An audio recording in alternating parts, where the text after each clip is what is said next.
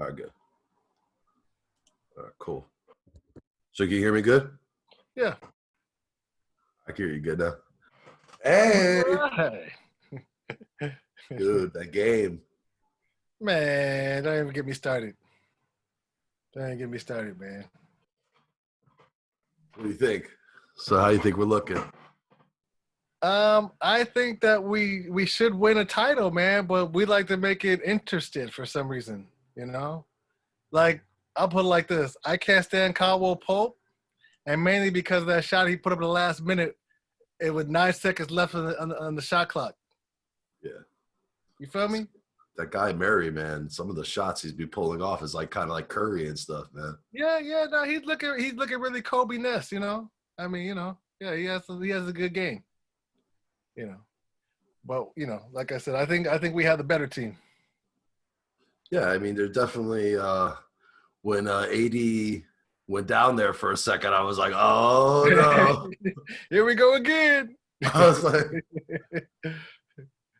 take the franchise, Yeah, no, that was scary, man. And to find out he just landed wrong, It's crazy. Well, I mean, the way he got hit there, I mean, he got hit in his chest pretty hard. I mean, oh, you mean that one? Got you. Now I was more worried about him. When he got hit in the chest, but then right afterward he went down with the ankle and. Yeah, I mean, if you're gonna let that little dude beat you up, man, you deserve to be hurt. You can't let what's his name, Ellis, was it Ellis, Monte Ellis, whatever. I don't know his name, but yeah, you can't let that little dude punk you, man. It's funny. It's like almost I was looking at this old 1970s Sunday Night Football highlight, and it was funny how they were pointing out like all the plays that were the highlight plays are all stuff that's illegal now. Because if you look at NBA back in the day and stuff, it was a lot more physical. Yeah, it was. You can't even hand check somebody, which means that, before when someone's backing you down, you can put your hand like kind of in the back and kind of feel which way they're going to go. You can't do that shit no more, dude. That's why most players are coming back like, yo, if I played in today's NBA, man, I'd be averaging 50 points a game. You know what I mean? Talking about cats that average about 25, So. But, I mean, we're the softer generation, man. Like, my kids, man, there's a thing actually called like anti-bullying. Like if you tease a kid, like how we used to get teased or tease another kid, you get suspended for a couple of days of school. So, I mean, I guess that would be an that is an interesting point because like definitely kids bullying each other, at least when I was in school, was very prominent. I mean, I think that has been prominent in historical culture since the beginning of time is that, but where is the line? So that's just, so where do you think that line is? I mean, because me and my dad get into this all the time because sometimes he'll be like, oh, well, you would never say that publicly.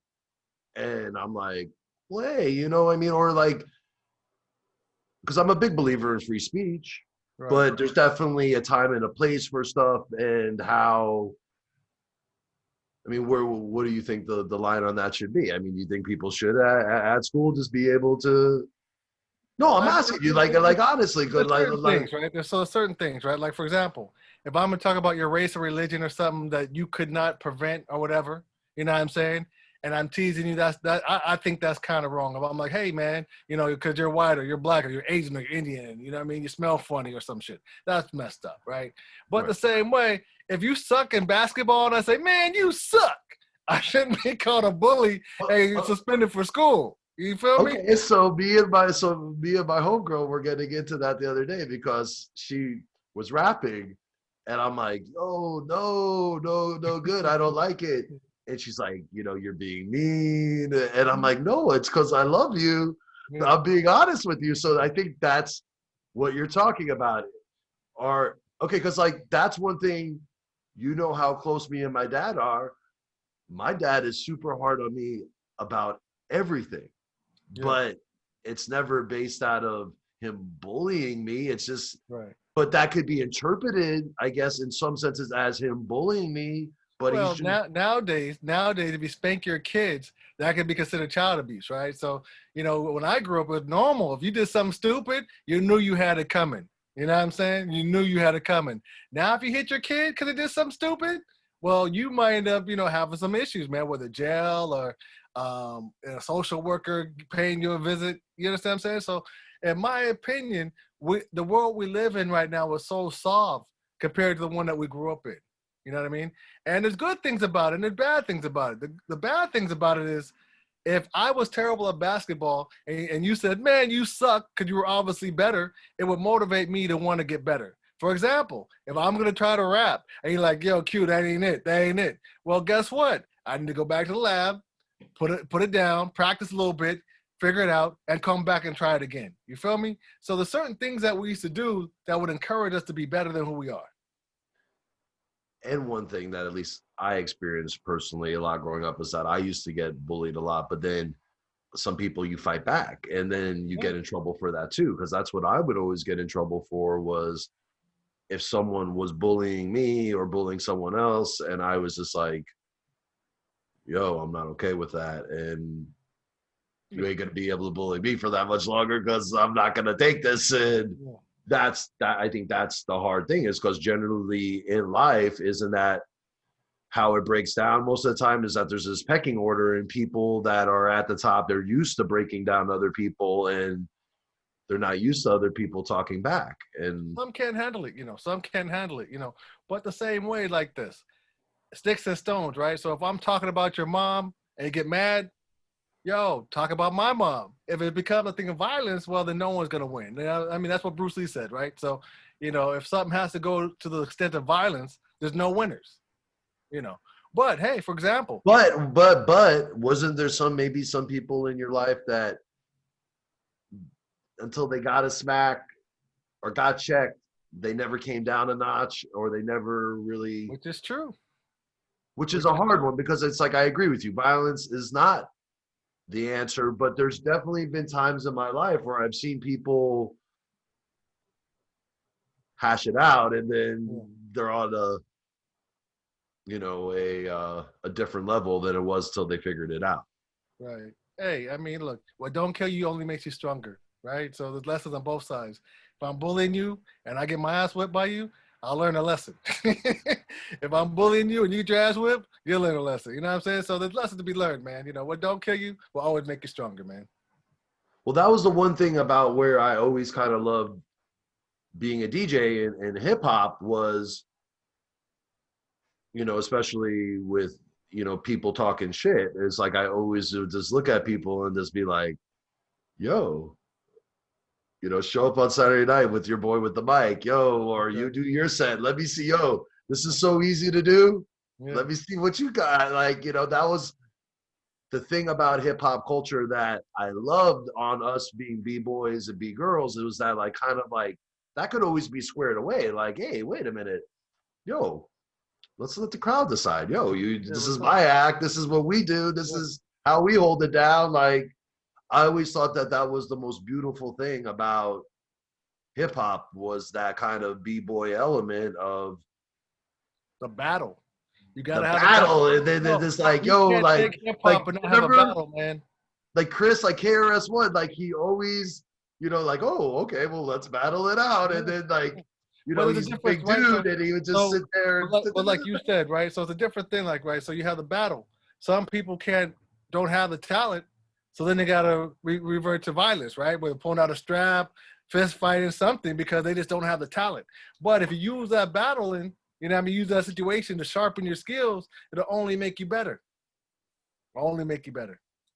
And I think that was the one thing that, like after Cam lost the Super Bowl and he was kind of like, oh, well, I don't lose and this and that, like that kind of, I didn't think was like the best way to go about it. Cause I think like all the, going back to what they say, the master has failed more than the beginner has ever even tried. And I think that everyone has failed and that's part of the process. And you have to fail before you master anything. It's like, do we all, it's like someone asked me earlier, okay, like, well, is it a good game? And I was like, well, we haven't won yet, so not really. So, like. That's it.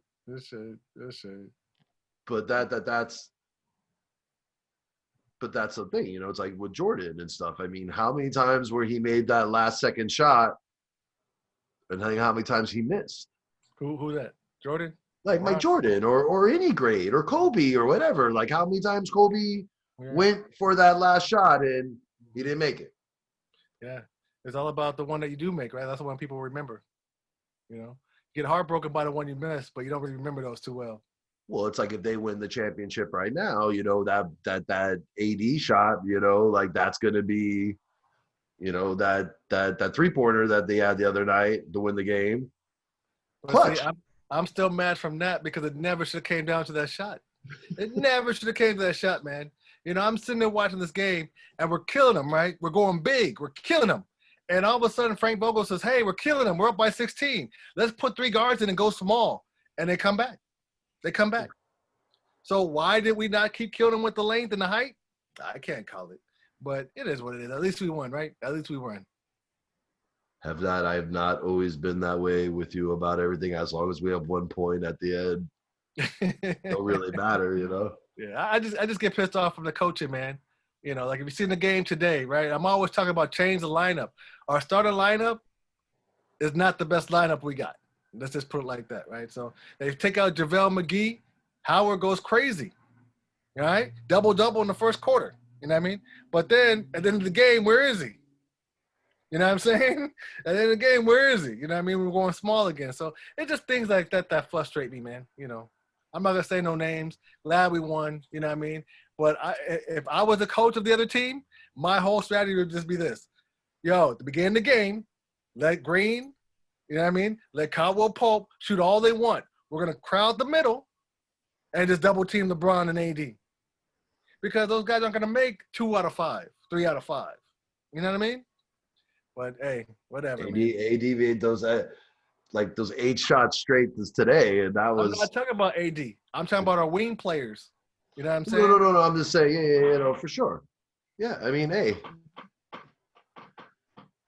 how LeBron's still doing it, how Brady's still doing it. I mean, it's like even tonight with the Thursday night game, there's this quarterback called Fitzgerald, and he's they said everyone on the squad is below 30. He's 38. I mean, like to be, and they were joking about him, like, hey, does anyone on this team ever had to use a payphone? That's right. That's an interesting thing. It's like I've been having that conversation with a lot of people lately about how much the music business has changed, and I guess that's one of the things like where I was thinking it would be great with you being here on the Quality Radio is that like you've seen the modern music scene here really evolve from its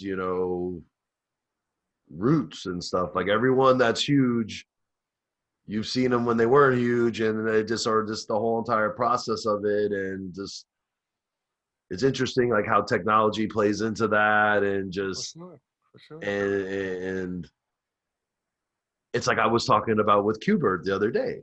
Mm-hmm. Remember when Serato came out and like most DJs were looking at Serato and they're like, oh no, well, you're using a computer, so you're not really DJ. Yeah. And there was that whole entire thing where like for years, remember people were like, no, I'm not using Well, but Serato like that. the one thing that Serato had was they always had the vinyl plates. So that's why I think it was an easier transition because a lot of cats around that time, if you remember, were going to CDJs, right? DJs. Now you Well, get isn't that what the I would say most people like outside of reggae, outside of hip hop and reggae, most trance use CDJs. Well, most people use Yeah, CDJs. for sure. It was such an easy way to download it off your computer and have it, man. Because before the CDs, man, like if you didn't go hunting and like really pillaging record stores, you couldn't find nothing.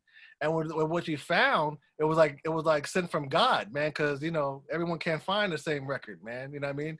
And if you have a record that gets scratched or lost, bro, forget about it. You know what I mean? Well, that's one of the interesting things about with when you still do your gigs and you bring all your your bags and your crates and stuff and everything. I think that it's like most people. It's funny. There's this whole entire new culture of DJ that doesn't never really had to experience the part of DJing that we experience as far as record stores and really having that separation of dealing with that with vinyl and stuff and everything. I mean, it's just which is so bad, man, because some of the best club stories are around vinyl. And I'm not even just talking about DJing it. I'm talking about being the one to say, yo, I saw Qbert at the club. They wouldn't let me in. So I grabbed a crate of his records and I came in through the back door. This shit was crazy. You know what I mean? Like all those stories, all those vibes, man, before the cell phone and taking pictures and all that. You know what I mean? Worrying about your story, but just worrying about the vibe. All that is gone, man. well that's the one thing too, is that like you notice everyone at the show now, and they always got their camera and they're filming it, but they're not really experiencing it, or even like just that connection and stuff, and as far as being truly present with it. Right. I think it's changed in some senses, because like now you could put like a battle scratch set together, and I'm not saying it's not hard, but having to mark it out on all the records and stuff and everything was just a different experience, I think. And like, or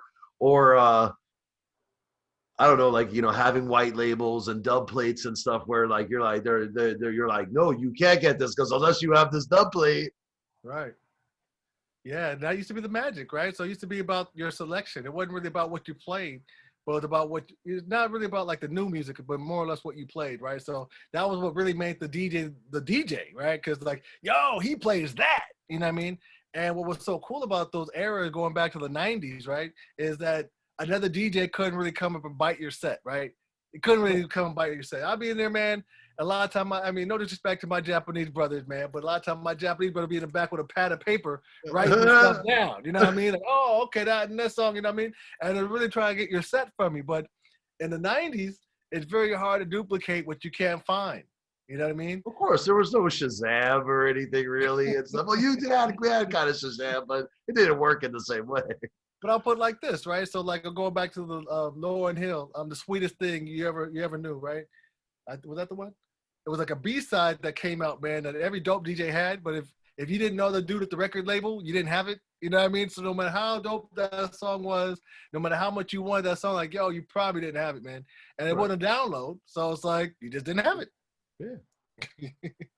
Yeah, no, definitely. Or, I mean, it was definitely a different way of going about it. Just the whole entire. I mean, I miss those days, man. I miss those days, bro. I really do, man. Even from the vibe from like the record store, you know what I'm saying? And because there's always other DJs that worked at the record stores, you know what I mean? And when you earn your stripes, you know what I mean? And they send you enough, they're like, okay, yeah, he got his selection's official. You know what I mean? Certain people just put certain vinyls aside for you, like, yo, Q, hold up, don't move. And come and just hand you a stack of the dope shit. You know what I mean? Like I really miss those vibes, man, Aaron Records, peace to them, Yeah, and for me, like one of my favorite things was like just like looking for like the artwork on the covers and stuff and everything. And like if you found like a dope artwork and stuff, like you had to check out that record because like, oh shit, like. I mean, but even the vibe, like, in New York City, we go to record stores, always a DJ that you hand them your record you want to hear, and you put it on for you and play it for you. Okay, you want it and pack it up for you, you know what I'm saying? I guess that's why I like Aaron Records, because they want to start further. They just laid out 3 techniques. You know what I mean? Wait your turn, put the headphones on and check it out yourself. You know what I mean? And I found a lot of stuff that I never would have known what was what because I had to listen to it. You feel me? So then as a DJ, if I'm gonna play it for somebody, you know what I'm saying? It's your ear you're trusting, right? Now you just go by the chart, download all the hottest stuff that you think there's on the radio or that girls want to hear. You know what I mean? But back then, isn't that the balance and stuff between playing?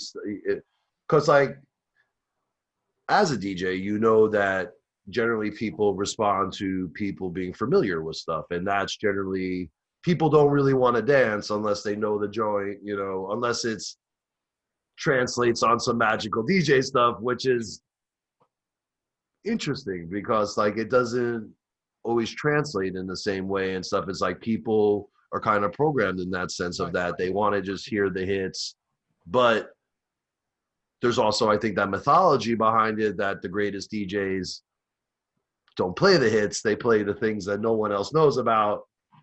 Well, you also have the DJ rule. I think they call it like the 3 for 2 or something like that, right? Like you play 3 songs that everybody knows, and play 2 songs that nobody knows, and 3 songs. You know what I mean? You know, and kind of balance it out. Right.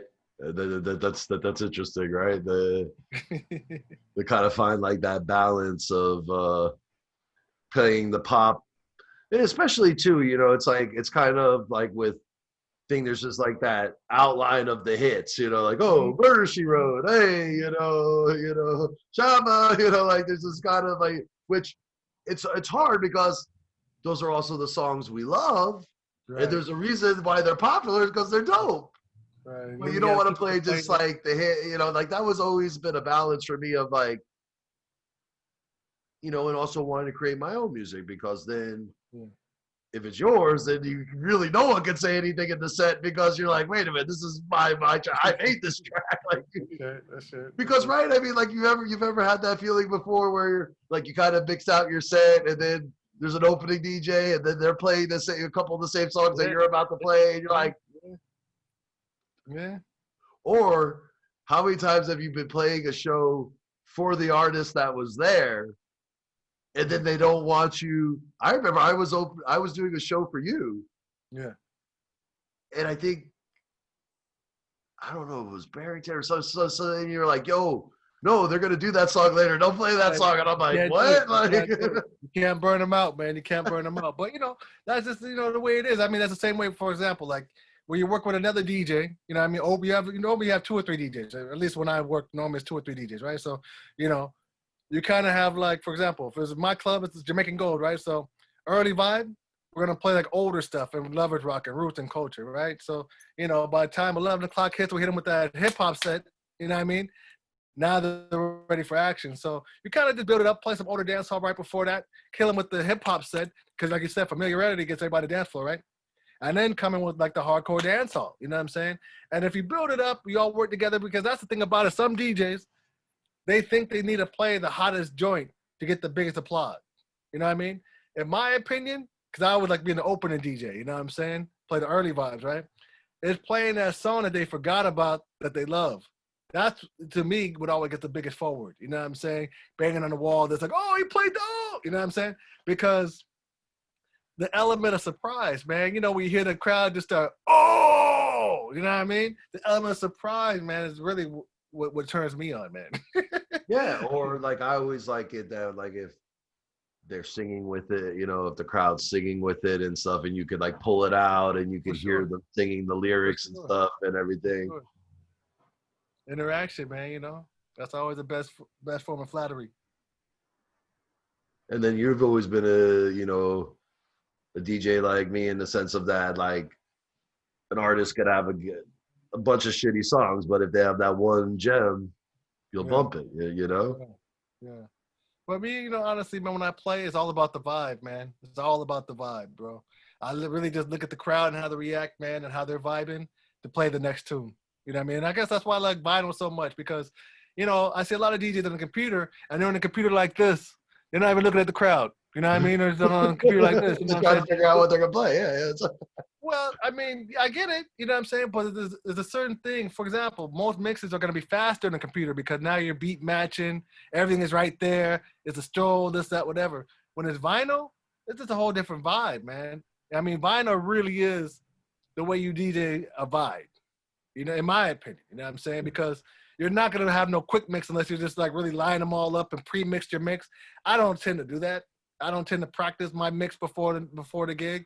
I normally show up with about 1 or 2 crates and I know I got some murder in there, some fire in there, you know what I'm saying? And just let the vibe control itself. And have you ever DJ'd off Serato? Like, I mean...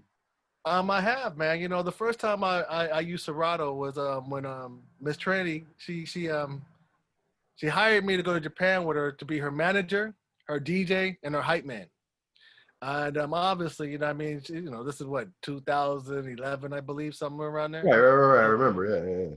so, you know, I mean, you know, you're not bringing no vinyl out there. So, you know, I brought my computer, brought my little Serato disc and all that, man. Oh, Like wow, I'm that was just back in the day when the Serato was just first coming out. So you had to actually calibrate it. That was when you had to calibrate it no, and all that. no, no. Actually, I use the CDJs. You know, I don't ever use Oh, CDJs, but you oh know, what I mean, wow. it's so easy. Okay. It's so Yeah. easy. You know what I'm Yeah. saying? So it was Okay. Yeah. cool. That's easy. That you don't have to calibrate. Yeah. Yeah, you have to calibrate nothing, man. But it was cool because you know you could line up her set just the way she wanted it. You know what I'm saying? Real easy. So just you know, it was a fun gig. Definitely a different type of gig than I'm used to. But I think I pulled it off like I've done it before. How Yeah. much money do you think over the years do you think you spent on vinyl?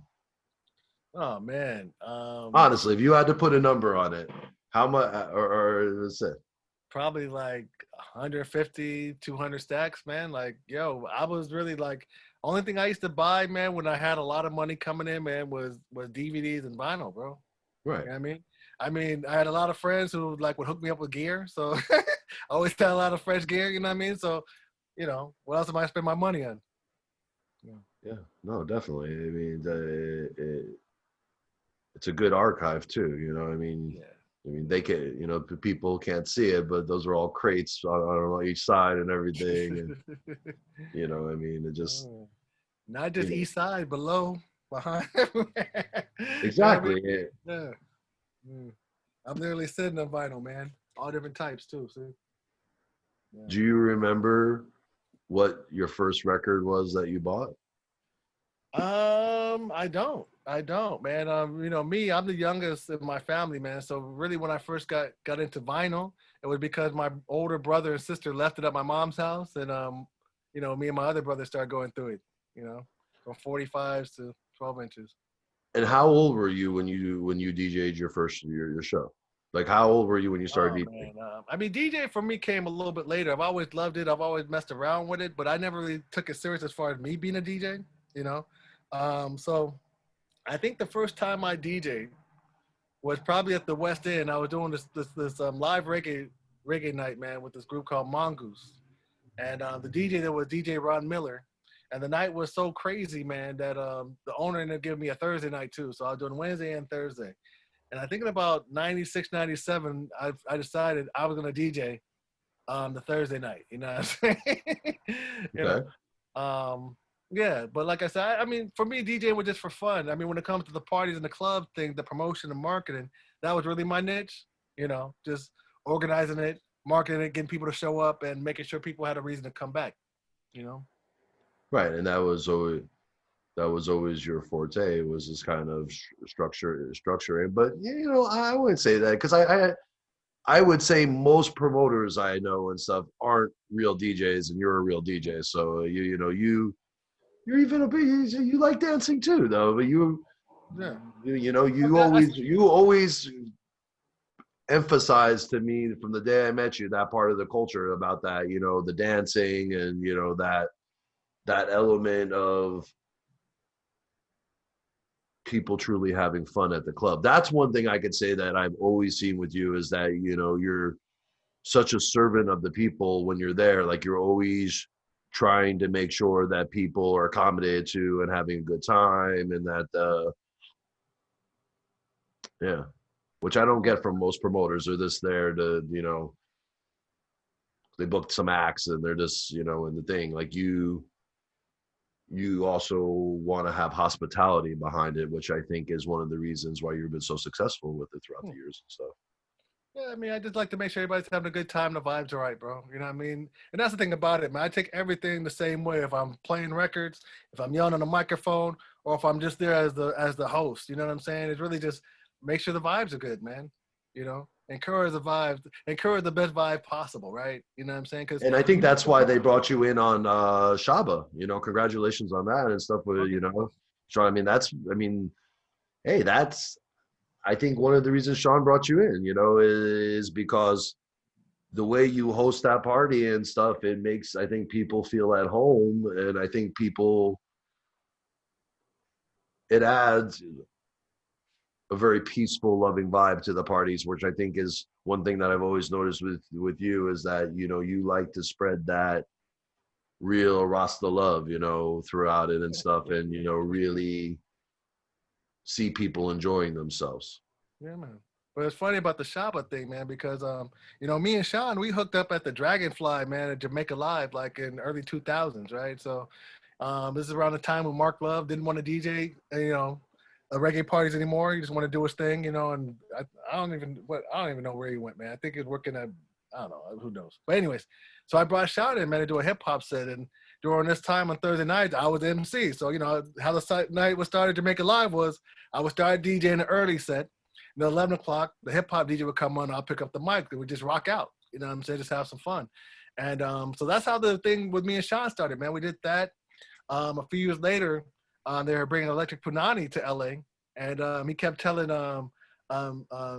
Jen that, yo, you got to put Q on this thing. You're bringing reggae party to LA. He's like the master of LA. You know what I mean? Have him DJ a set. So, you know, we hooked up there again. You know what I mean? I think this is like 2011, 2012, you know what I'm saying? So, and that was a crazy party, man. And 2 years later, Sean hit me up and was like, hey, man, you know, I got this other DJ who's pretty dope, man. It's an Asian cat named Drew, man. We've been doing some parties, and I think we want to do our own party, man. We want to do a reggae party, man. And, you know, we know with you, if you're on it, the vibe will be official. You know what I'm saying? I'm like, all right, cool, let's do it. You know what I'm saying? And, yeah, I guess the rest is history, man. You know, that thing just kind of blew up like wildfire, you know? I mean, those parties at Los Colbos, bro, have been banging. And then you guys traveled, right? You guys went to Jamaica for New Yeah, Year's, and Jamaica, you New guys have York. gone a couple other places, right? Yeah. Yeah, I mean, you know, I haven't been on all the trips with them. Like, you know, they've been going everywhere, man, from Japan to Canada to, you know what I'm saying?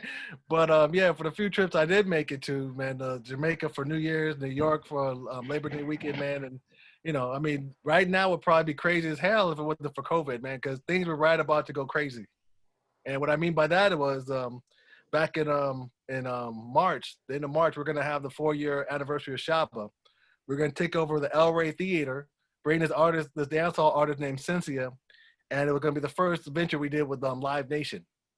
You know, unfortunately, you know, it never happened since it was at the end of March and COVID started towards the middle. But yeah, things would have been crazy right now. But you know, things are still going good. They got the podcast going on. They got the sponsorship with Nike. I don't know if you've seen the Shaba Nike shoes and all that type of stuff, man. But yeah, you know, things are going good for those kids, man. I'm proud of them. You got a sponsorship with Nike? Yo, you ever seen the commercial? Yeah, I gotta show you the commercial, man. Yeah, No, yeah, that's amazing. That's amazing. yeah, That's amazing, man. You know, yeah, I man. mean, They're doing their thing, man. They're doing their thing. You know. yeah, I mean, well, it definitely.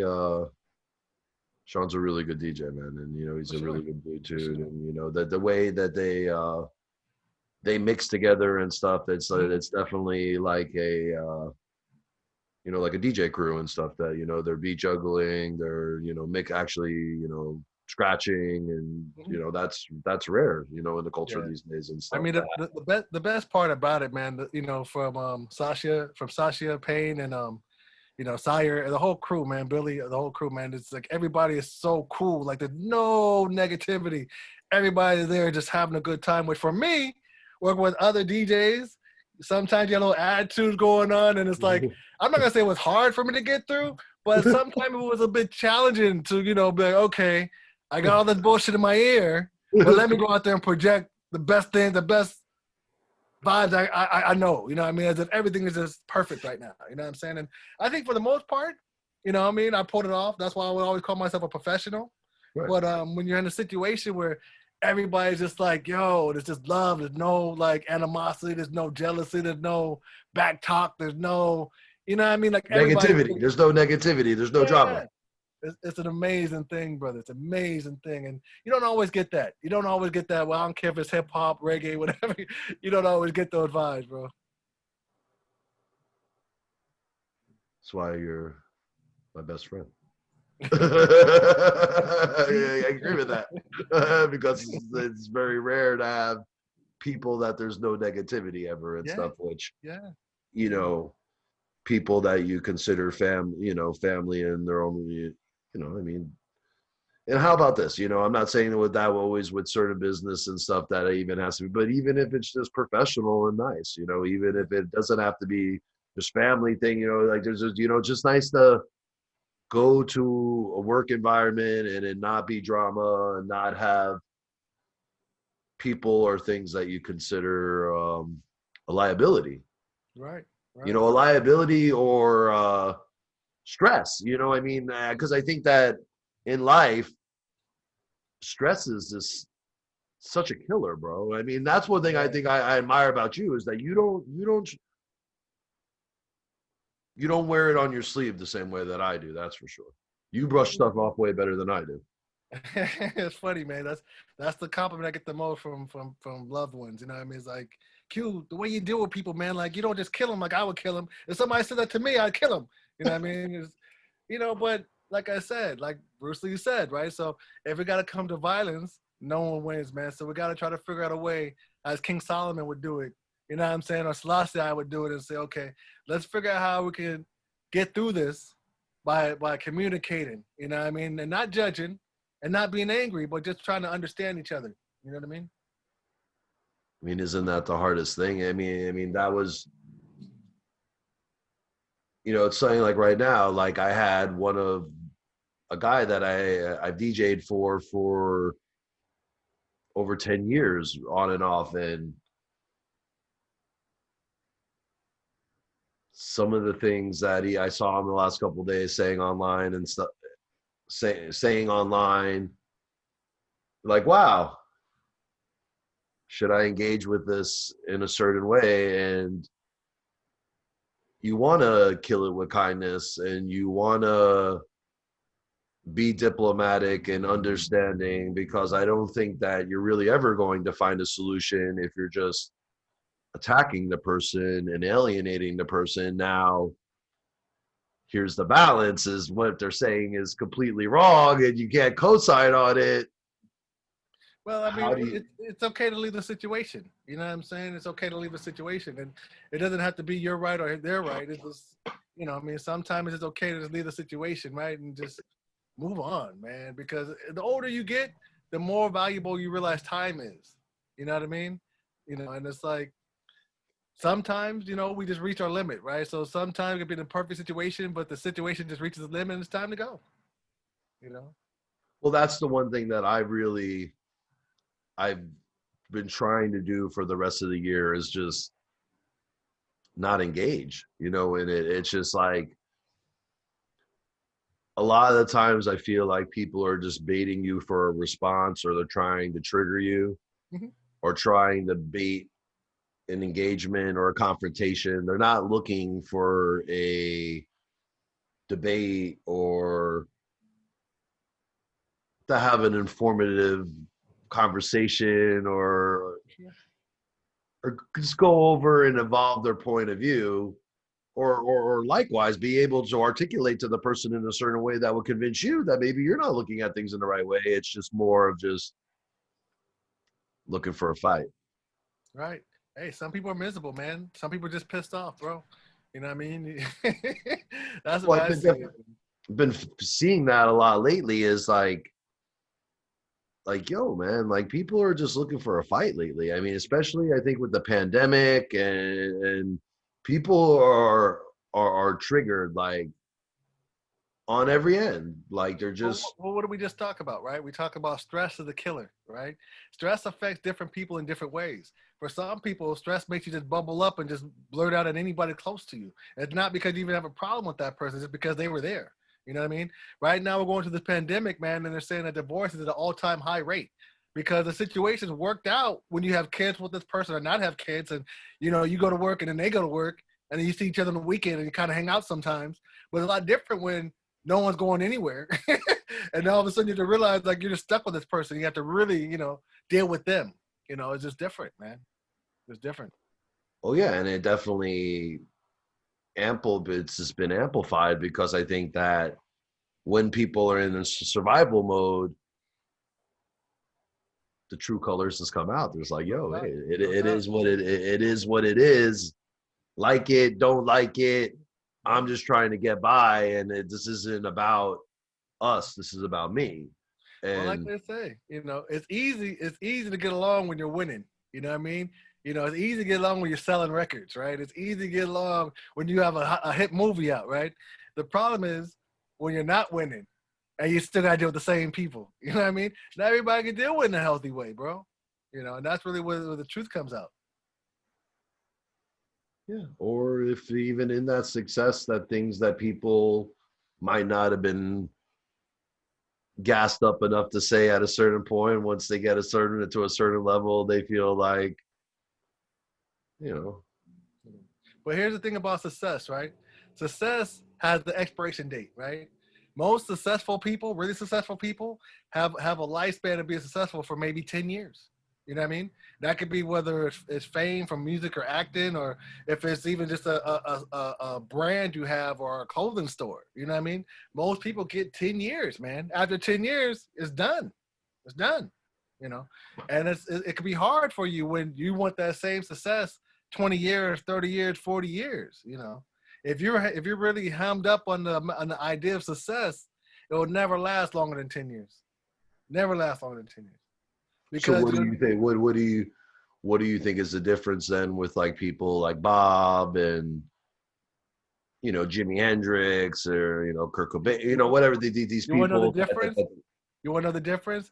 They never gave a fuck about no success, bro. They didn't do it for success. They did it for the culture. They did it for the movement. They did it for the vibe. You know what I mean? Now, when you're in it for those reasons, as an artist, it's easy to maintain. You know what I mean? Go the direction of the movement. That's easy to follow. You know what I mean? But if you have success and all of a sudden you're on every billboard, every magazine, and then 2 years later you're not in any billboard, any magazine, and that's what you're judging from, it's hard, man. It's hard to deal with yourself.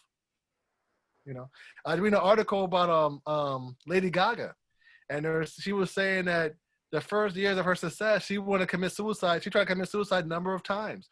She hated her piano. She would blame her piano for her success. Like, you're the one that did this to me. You know what I'm saying? Because the fame, it looks good on TV, but when it's on your doorstep, it's a whole different ball game. You got people trying to like hide behind bushes to take pictures of you. You know what I mean? It's a whole different ball game. You got people following you everywhere, trying to take pictures to sell, whatever. Nothing you do is like private. It's a whole different ball game, bro. I agree with you wholeheartedly. I mean, I think that that's one of the things with like Kanye West and Michael Jackson and stuff. Like, I think Michael was a different story because he was, famous from the time he was a kid. But I question if Kanye truly understood the level of invasiveness that was going to happen once he became at a certain level, and I hate to say it, Kanye's in it for the fame. He's in it for the fame. You know what I mean? I think if you had told Kanye, you can either have a lot of money or be the most famous person in the world, he'll pick the most famous person in the world. You know. But I can't. I mean, we all have to do what we feel is important or rewarding for our own lives. You know what I'm saying? Me personally, I never want to be famous. I mean, I've been on TV, I've done magazine shoots and stuff like that. But for me, it was all about the art of it. You know what I mean? Just if I'm gonna become a character on a TV show or a movie, it's just, can I really pull off this character? Can I really become that person for this TV show? And can I do it good? If I was gonna DJ, it's like, can I really like DJ this party and have people like remember this party as being a good party? You know what I'm saying? It's just, I always just keep it simple for myself. But then again, I'm not worth billions of dollars, am I? right. But there's a history there, and that's what I want to go through with you. So I'm gonna show. So with the quality radio, usually I show some pictures. This one, can you see my screen? Can you Yeah, see? Barrington Levy, Buju Banton, yeah. I know them dudes. All right, so I'm gonna bring up some pictures, and you just kind of. So what you did a show with you and Yeah, so that was Buju Banton, man. And that was the first time that Jamaican Gold actually had him perform. It's a long time ago. That was probably taking about 97, 98, so many moons ago, But it was one of my favorite shows, man. I mean, I love Buju as an artist. And for me, personally, that's the most rewarding thing about my life, was that I was actually able to work with these guys and present them in front of people who probably never would have had an interest to see them. You know what I mean? Whether hip hop or reggae. Yeah, no, definitely, and I think that that's one of the things is that always impressed me about you, bro, is that even if you were doing the shows with like the biggest stars, like I never saw it affect you. You're always so down to earth and humble, and you know, you always had so much humility, which you know, was a trip, bro, because you know, being in the scene and stuff, generally you just get it, people just being arrogant nonstop. Why? And like, Why? well, Man, I agree entertainment, with bro. you. I never want to be that Look, way too. I'm just saying, I look, just give you that credit. when it comes to entertainment, it's not about you. It's about them. And when I say them, it's about the masses, right? So it's really all about, the fan. Like, I mean, I've turned a lot of people who say, oh, I hate reggae, I hate dancehall, into like dancehall reggae lovers. You feel me? You know what I mean? And that's just the vibe. That's what I'm trying to do. Like, I want to give you culture. You know what I mean? Understand, back in 93 when I threw my first party, man, like culture was not a common thing for LA. It wasn't like New York. We didn't have culture. You know what I mean? Most clubs out here would not let you play reggae or hip hop. They were all, if it's gonna be any type of black thing or black music, it was always funk, right? You get funk or you get techno. What do you want at the club? You know what I mean? So a lot of the funk DJs started sliding a little bit of hip hop in there and blending it because the same beat back then. Remember, the sampling was real back then. So that's how you kind of got away with some of these DJs back then. You know what I'm saying? But for the majority, they didn't want you to play any black music, really, no reggae, no hip hop. So the first time when I discovered this, and I was like, wow, they're actually playing this at the club. I want to give it to everybody. Like, yo, you got to see this. This is crazy. The vibes are insane. You know. And yeah, so I guess that's why I did it. No, and or not just did it or doing it still, bro, because you're still pushing forward and you're still, you know, living it every day, man. You know, you've been doing. So, do you remember the first show you ever DJ'd? The first show, Yeah. like concert festival, you mean?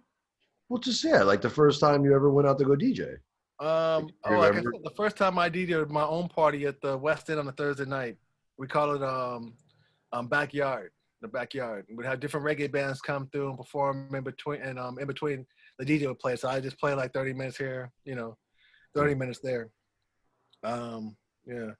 Let me think. The first major festival I think I've DJed was probably UCLA, the UCLA Reggae Festival, and then I started doing And you've traveled to internationally a couple of times. Like, where's the nicest place you think you've ever traveled to internationally to go do a show? I mean, I love Japan. I probably would put that there, but I gotta give Morocco some love because they flew me out there to do a set as well. You know what I'm saying? Yeah. But like I said, I mean, reggae music has a different effect on people all over the world, man. It's the craziest thing to see. Most people will tell you, like most people have their regular music, whatever music they love, and then reggae. You know what I mean? And the way that the whole world is on the same reggae vibe when reggae music is being played is an amazing thing to show people, bro. Well, I think that's why Bob was so universal, man. You know, I mean, it's just that beat that could, you mean, you know, just you could feel the love. Yeah, yeah. And I mean, Bob really is the one that paved the way, and now as kids, you know what I'm saying? But it's a beautiful thing because I mean, reggae music for what it stands for, right? Like one love, consciousness, reality, you know what I mean? Justice, you know what I mean? Equality, you know what I'm saying? Things of that nature, man. It's a beautiful thing to really give people, man. Here we go. So let's go through a couple other pictures here. So can you see that? Yeah, Beanie Man and ED live at the Hollywood Park Casino. So you remember that gig? Yeah, I remember that gig, man. It was actually it was a joint venture, man. With some other Jamaican kids, man. It was cool. It was cool. Hollywood Park Casino in like the late '90s, man, was an amazing place to see a venue because the ceilings were so low, and the stage was like right there, man. But you're getting in like 2,000-3,000 people. Steel Pulse was very common for doing their gig there, right? Too. Well, yeah, no, and I'm saying that because the Still Pulse gigs would normally come to was it K-Rock, right? So K-Rock would do it at the beginning of the horse racing season. So those shows are actually outdoors. You have like dollar hot dog, dollar beers. You know what I Right, mean? right, So it's right, right, a right. whole Yeah, different okay. vibe. You know what I You mean? went to The one of dance them, I hall think. stuff was the dance hall stuff was a little bit more raunchy. Raunchy. You I know what I like mean? that. And people, yeah, I mean, it was a sweatbox, man. It was a sweatbox with low ceiling, people in Versace, champagne everywhere, man. You know what I'm saying? You Well, know, remember when you did Shauna Paul at Dragonfly? The yeah, sweat. Remember the moisture was falling off of the top of the ceiling and stuff. yeah. That right there was a crazy show, man. And what really tripped me out about that show wasn't even the inside. What tripped me out about that show was traffic was backed up from the Dragonfly all the way back to past Highland. Right. You know what I'm saying? Like that's what really tripped me out on that one, man.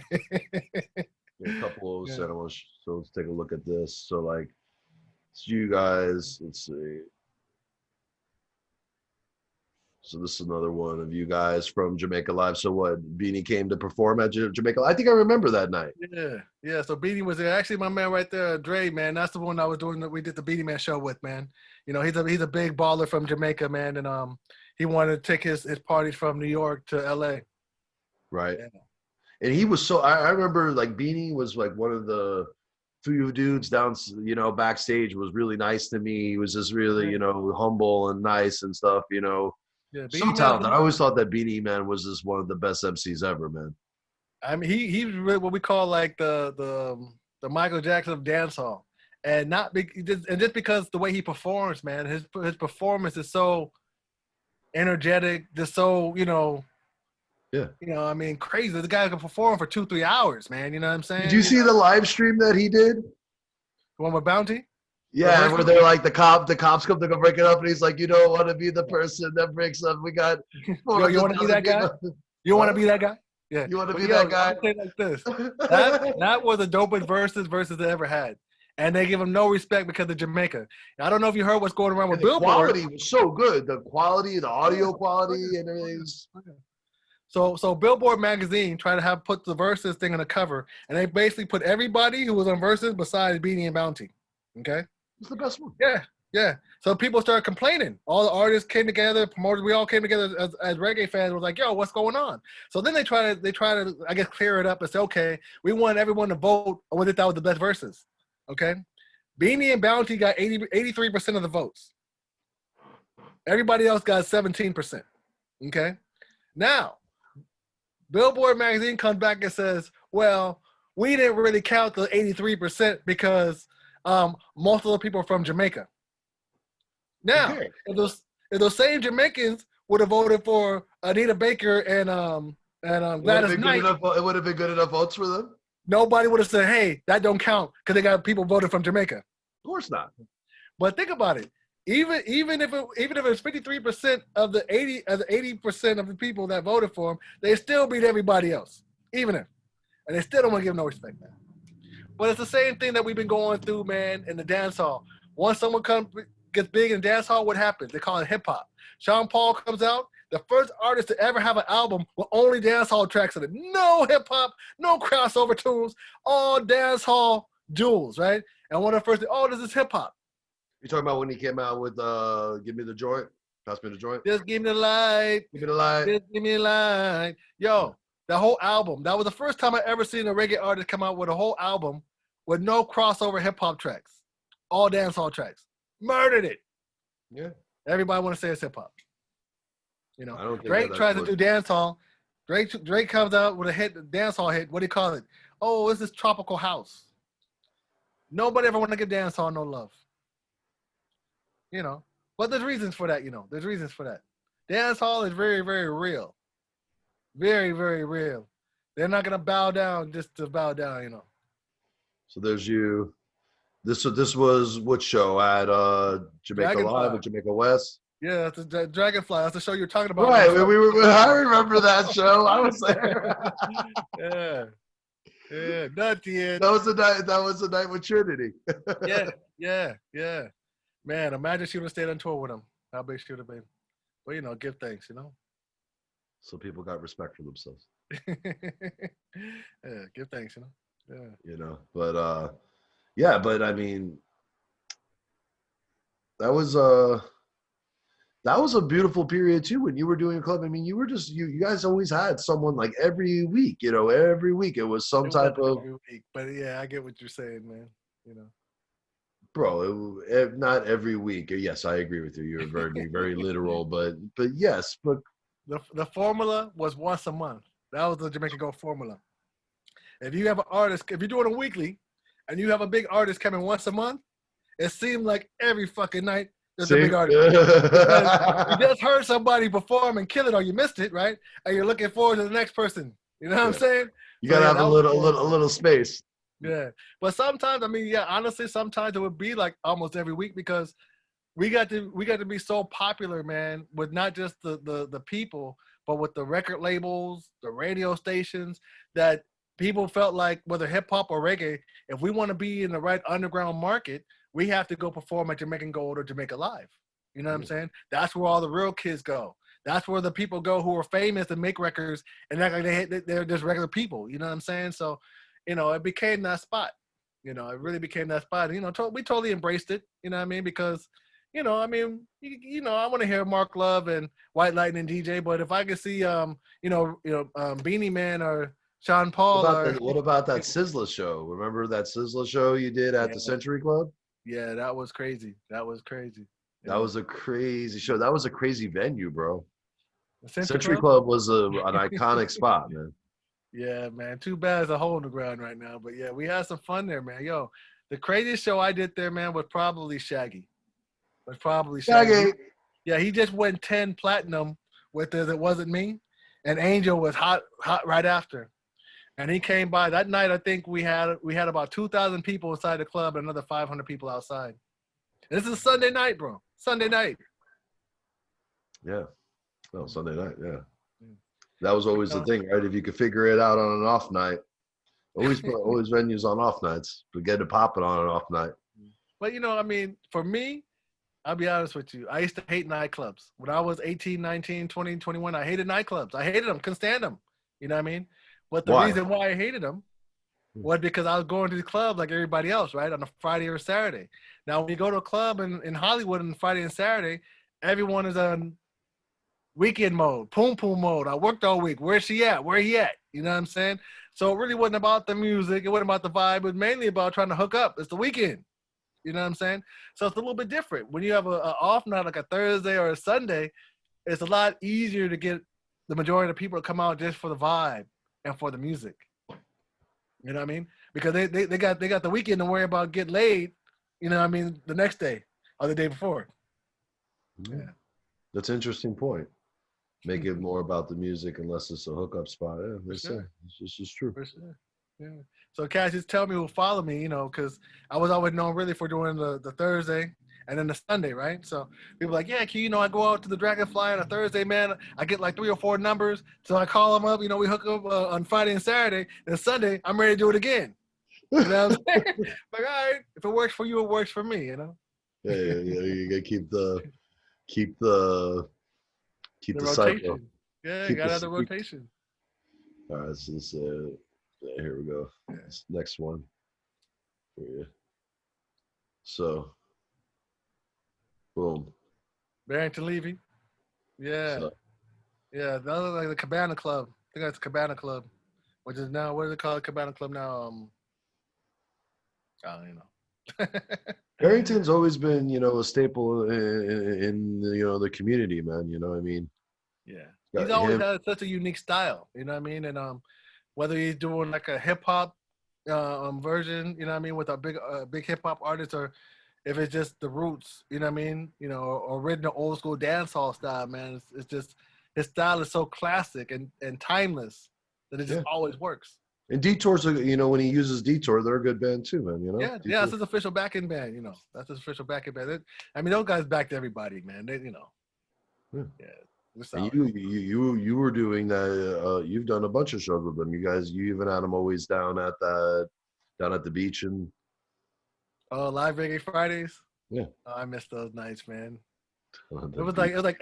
like LA or South Bay's best kept secret, man. The vibe was so nice for a Friday night, man.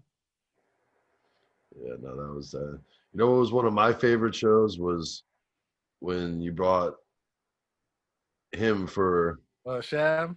yeah, Yeah. Ghetto story. My ghetto story. Yeah, and man. then Sham is dope, man. Yeah. and then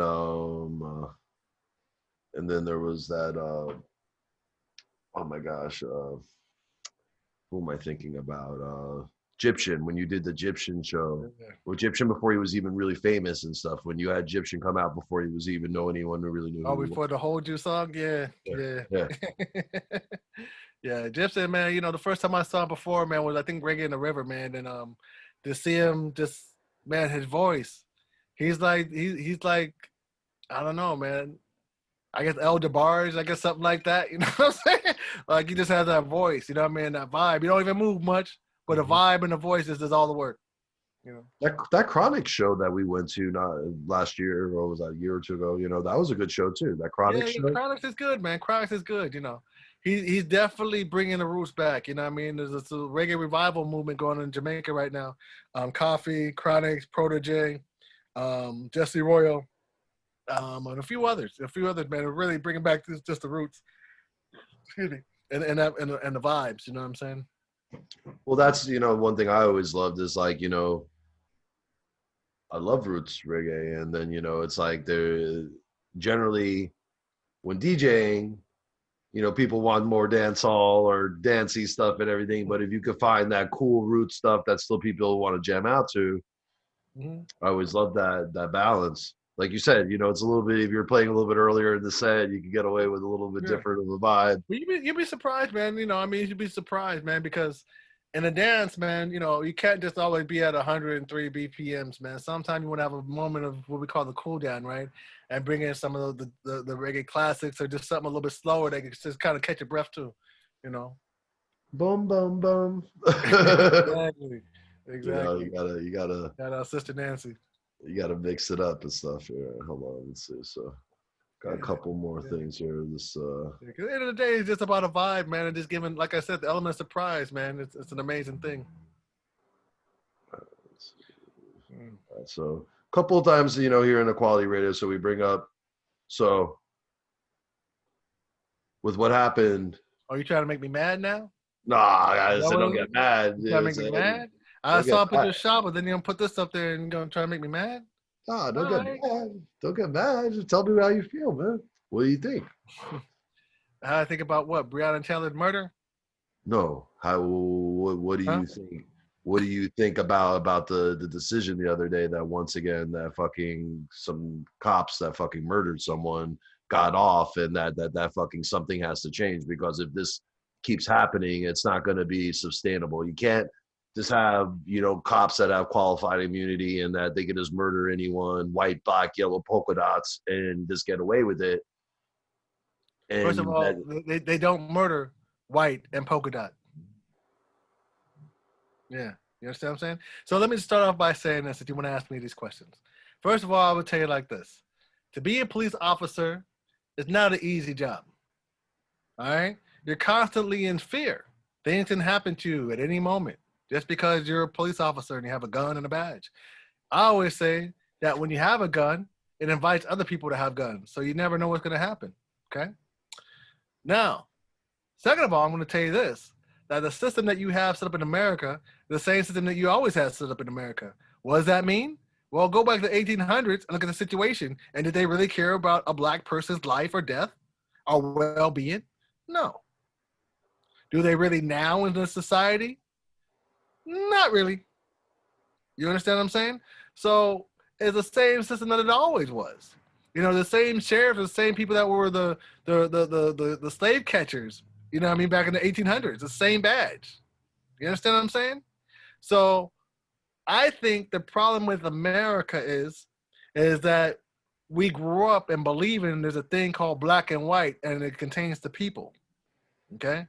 Now, when you could make a human being less than human but a color, whether white or black, it changes the dynamics of how you could treat them, right? In my opinion, until we make these situations about humanity, they're not going to change. They're not going to change. Now, don't get me wrong. I appreciate the Black Lives Matter movement because now black people have gay rights. What does that mean? it means that if you go around now openly insulting black people, you're probably gonna be some consequences somewhere. Okay. But the same thing, a black person's life is not valued in America as it's a white life. And why? Because we're talking about the difference of colors that we've been brainwashed to believe are different. You see, if this was a white woman in a room hanging out with a drug dealer who was selling cocaine, and the police came in there blasting, and they blasted back, and she got shot, and she was an EMT worker, I guarantee things would have been looked at differently with this no-knock warrant that they had to search an apartment looking for someone who did not live there. Yeah, statistically speaking, yeah, for sure. Yeah. But as long as a black person, they're going to always try to bury her. So right now they're trying to say, oh, she wasn't just EMT. She was a mafia boss with her ex-boyfriend, and she was stealing drugs from her work to sell on the street to little kids. Because they got to say something to make her look bad so they can feel better about themselves and how they treat people. And that, in my opinion, is just crazy. It's ludicrous. Why does that even make a difference?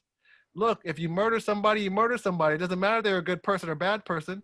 What gives you the right to murder them? I don't know that, but I think the more overwhelming issue is that most of these people that are good people, and they're not having these other, they're making up stuff about them and stuff. But I think that does matter, bro. I mean, like, come You on. think so? So let me ask you this: if you were a child molester and I came and killed you, that should be okay?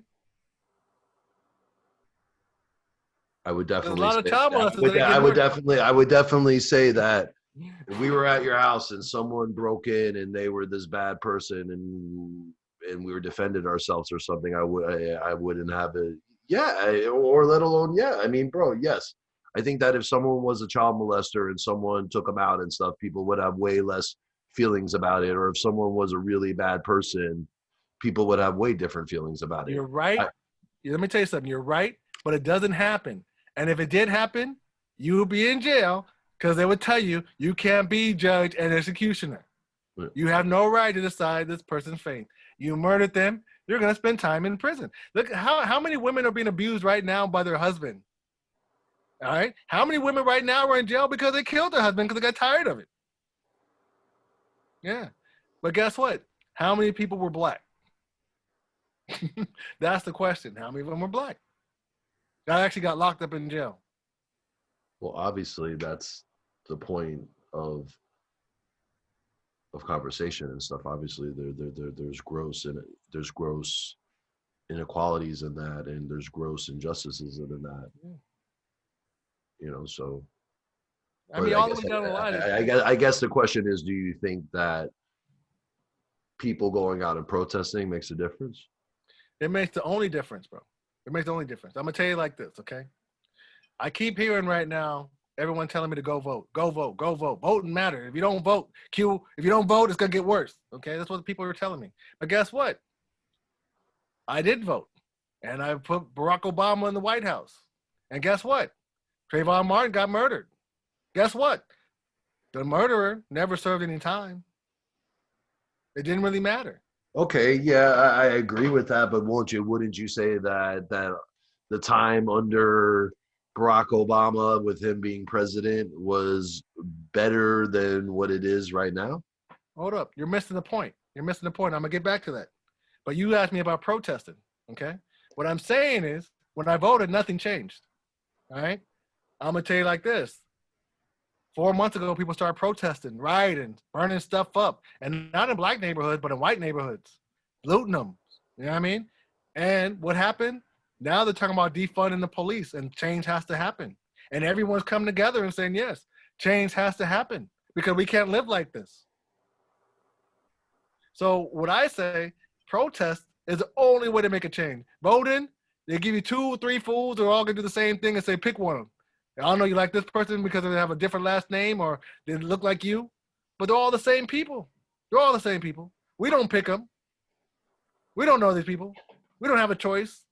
They just pick. So you don't think that there's a obvious difference in the sense of policy and policy and implementation of legislation comparatively and stuff? I mean, like after I'll tell you Like this. after it said, like the Civil Rights Act and stuff, or like whatever might manifest from that. Like that's legislation that's coming from one side. That's I agree with you, two sides of the same bird. But when you look, like you look at my post the other day, where it's like the Clean Water Act, these were legislation that were passed. That I get it. It doesn't fix everything, but it's in search of a more perfect If you're union. human and you need water and you don't think clean water is important, you're a moron.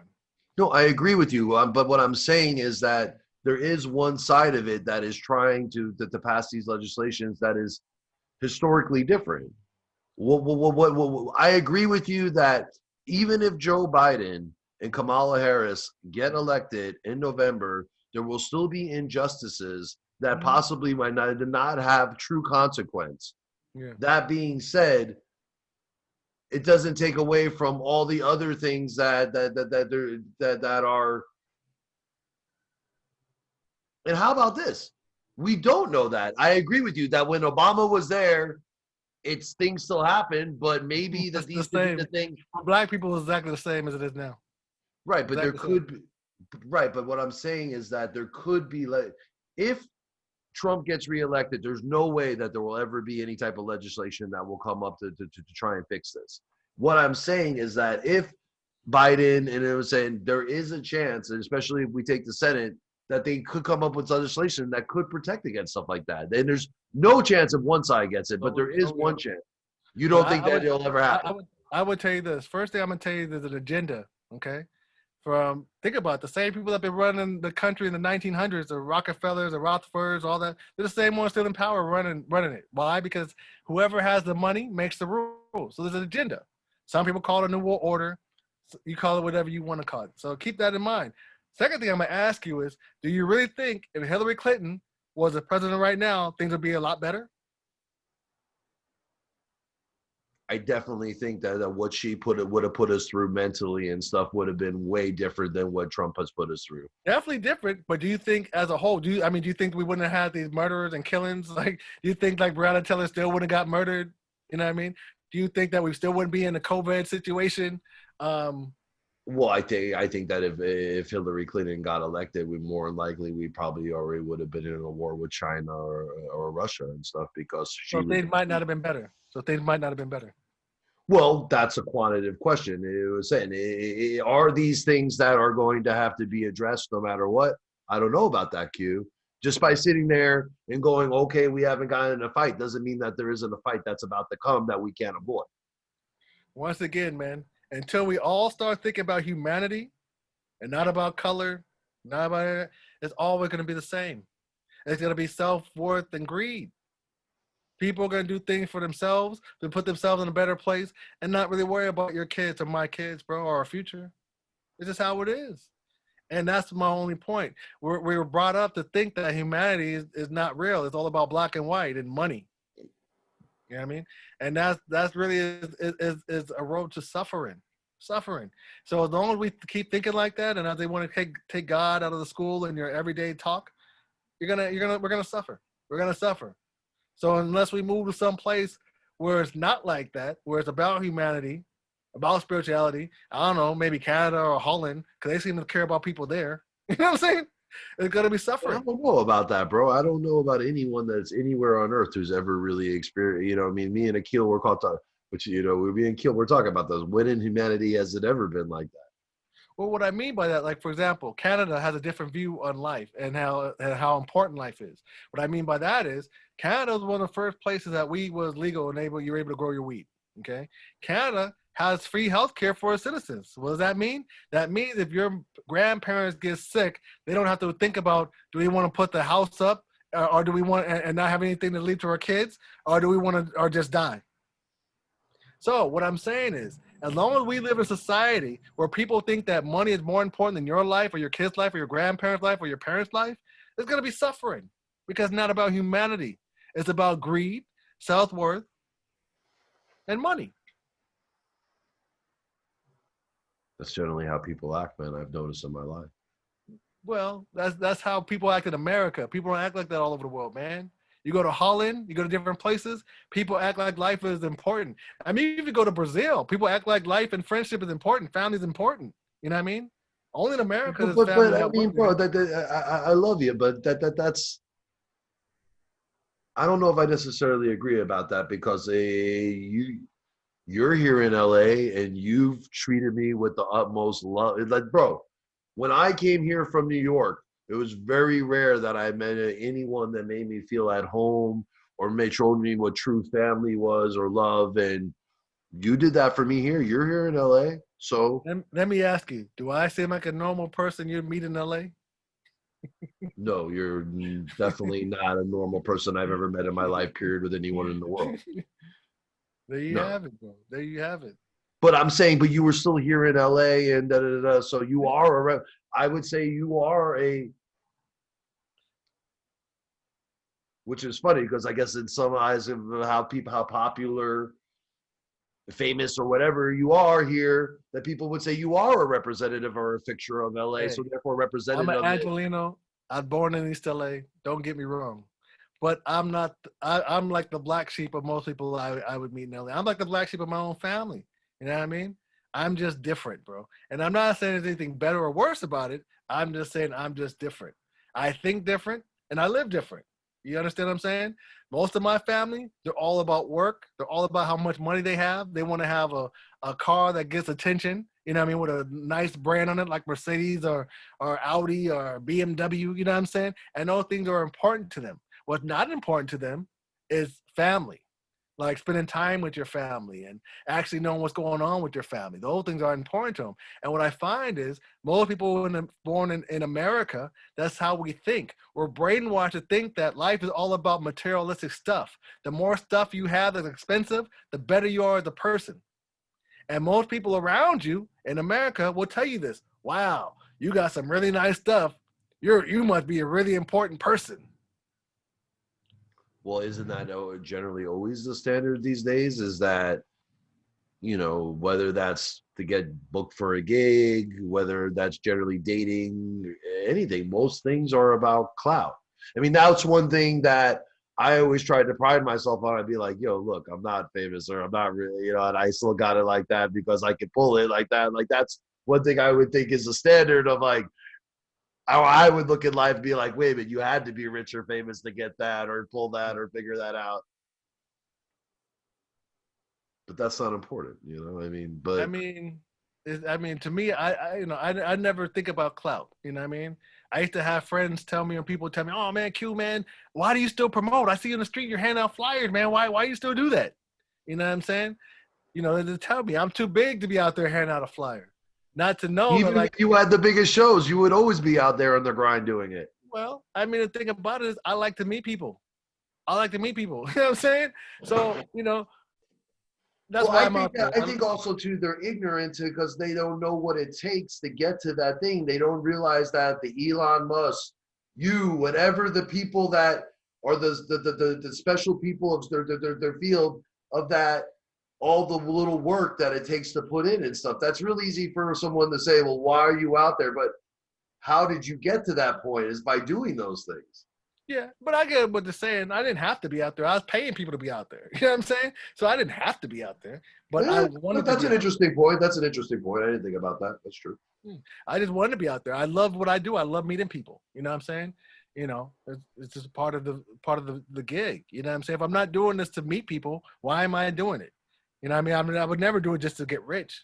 I'd never do it just so I could say, hey, I know famous people, or maybe one day I'm famous. You know what I mean? It's all about the vibe. Like I said, when it comes to entertainment, it's all about them.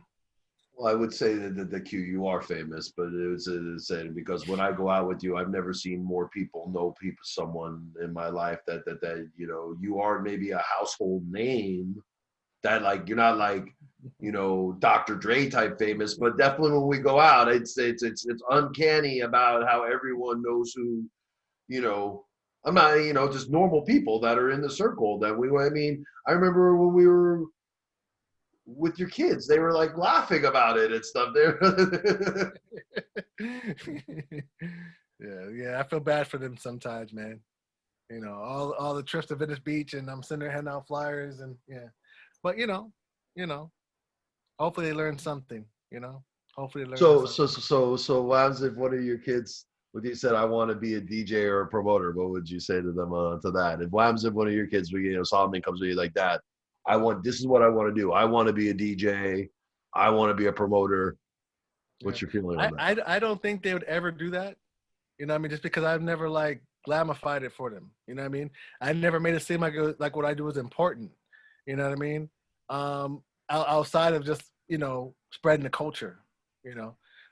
Solomon, I like his dream so far. A couple years ago, he just looked at me and said, Dad, I had a dream. I'm going to be in the NBA. I'm like, all right, cool.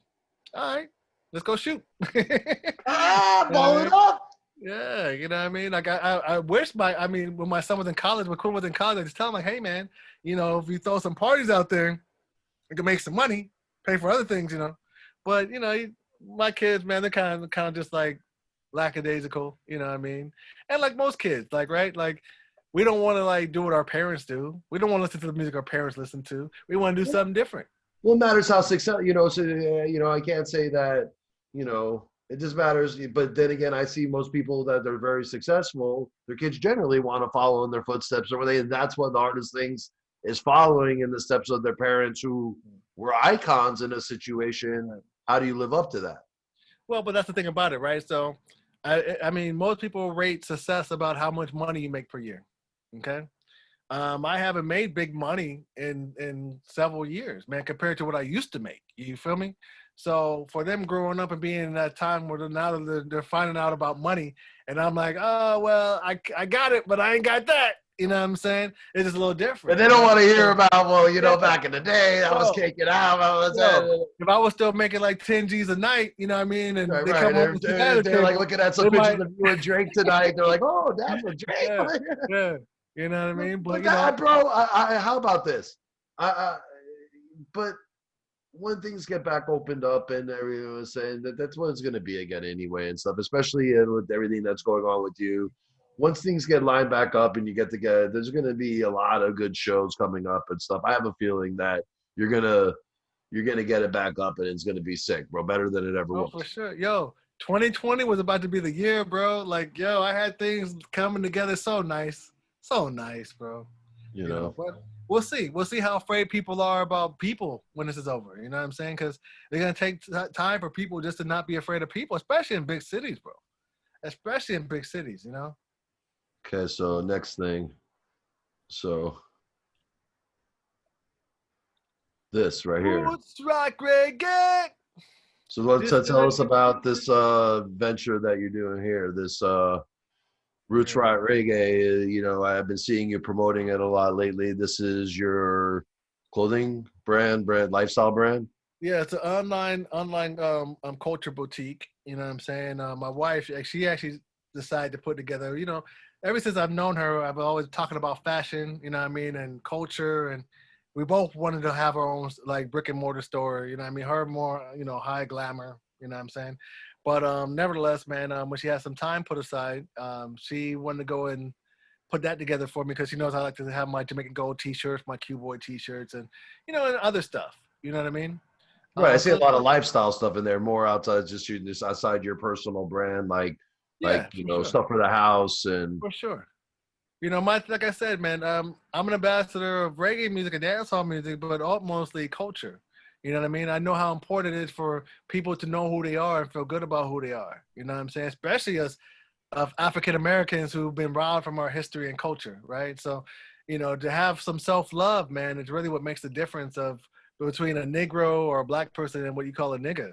You know what I mean? A nigga don't know who they are. They have no self-love. They have no knowledge of self, right? So, the more that we could come together, you know what I'm saying? And it's a culture that everyone could enjoy. You know what I'm saying? African culture is, let's face it, man, everybody is from Africa from some point in their lineage, right? So, it's a culture that everyone Wasn't that the conversation I always have with people? Isn't that my always? There you go. Yeah. So, it's been good. It's been good to have a different outlet, especially now with the clubs, being shut down. I'm able to put a little bit more time into the market and promotion of that. You know what I'm saying? And even if people aren't buying stuff from the store, you know what I mean? I could tell that they're really, really getting something from it because if you go to the Instagram, Roots Rock Reggae with a Z, you get a whole lifestyle, right? So you get music, you get island vibes, you get clothing, and you get beautiful people, right? So with that combination of those four things, man, it's kind of hard not to get something from.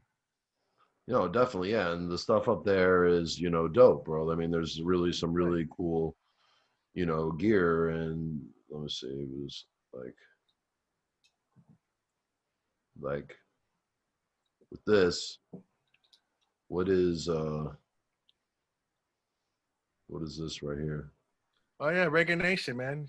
In Reggae Nation Radio, you can go to that right now. Download the app. You have Reggae in your phone 24/7. It's part of the Surf Roots family. Shout out to Resin Music. Shout out to Dave, the Yeah, OG. I mean, and the Dave Surf shows Roots, love. man.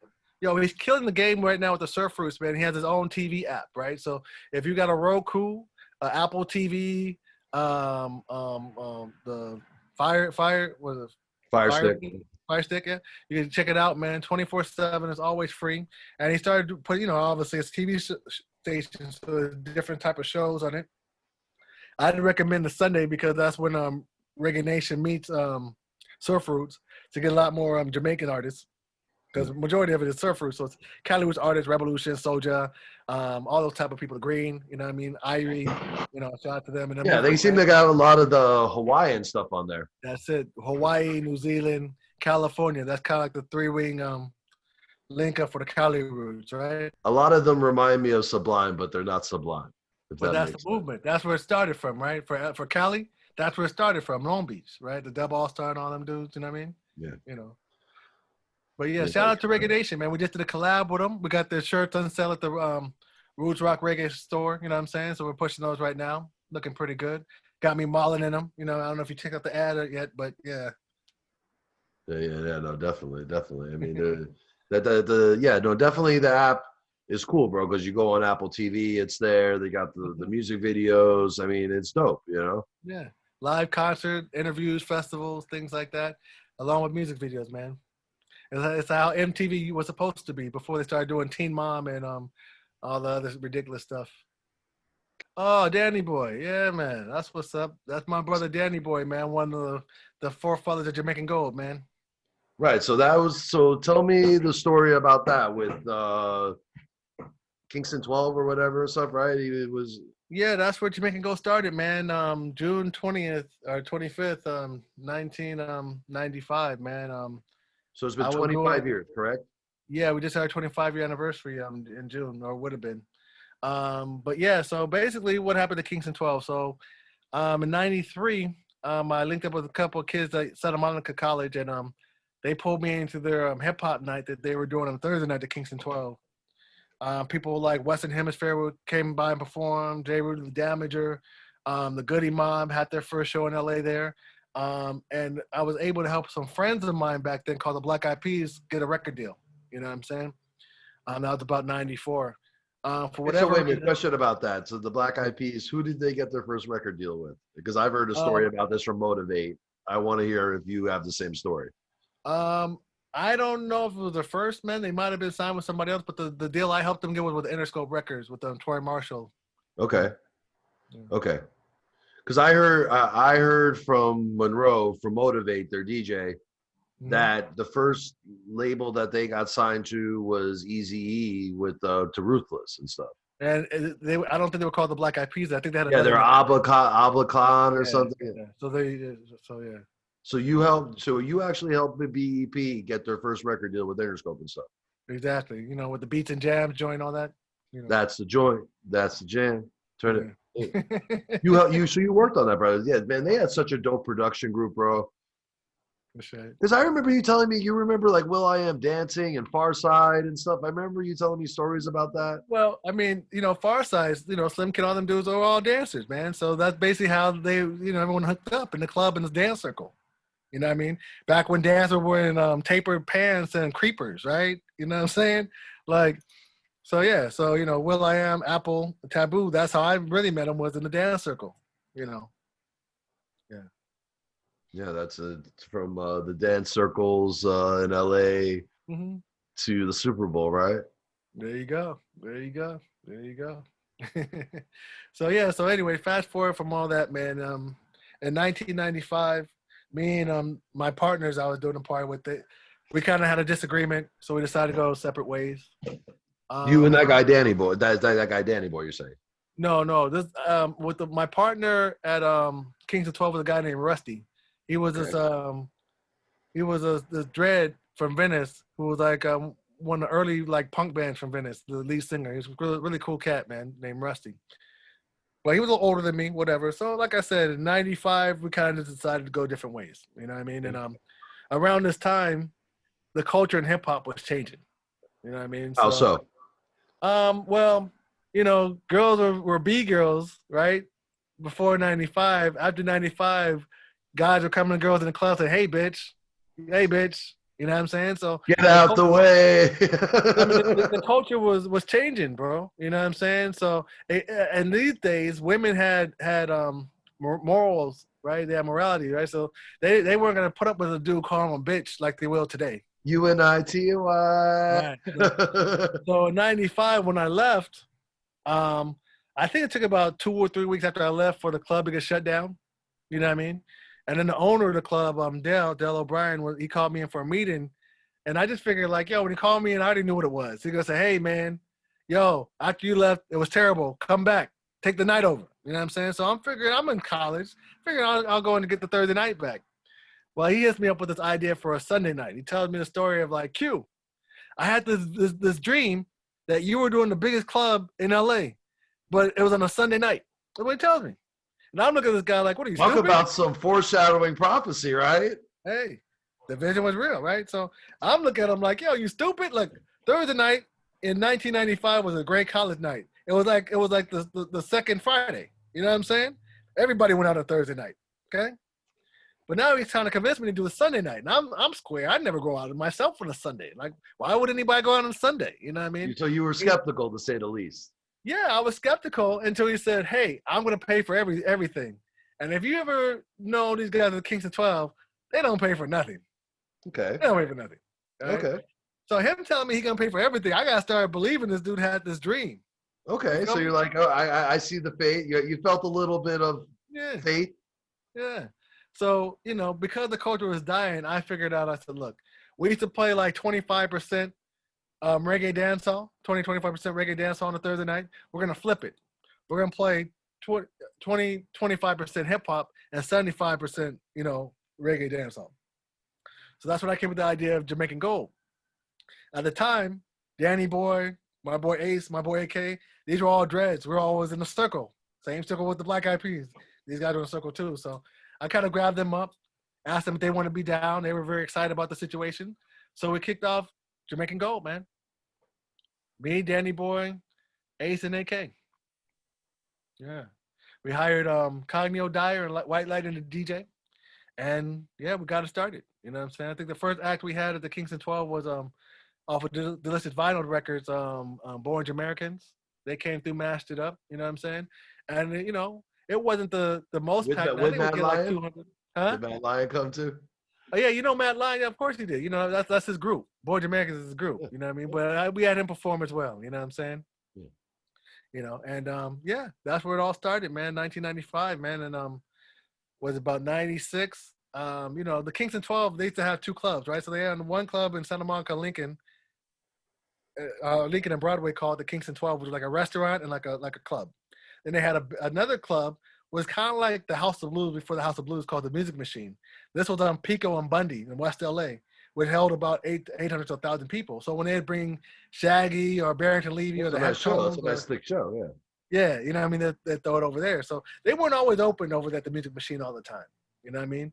But Kingston 12 was open like 4 or 5 times a week, live reggae bands and DJs. So when Music Machine got shut down and the other brother, because a family-owned business, the other brother came to the Kingston 12, the brother that brought me and I had the vision, he told me, he's like, look, Q, my mom is making me work with my brother.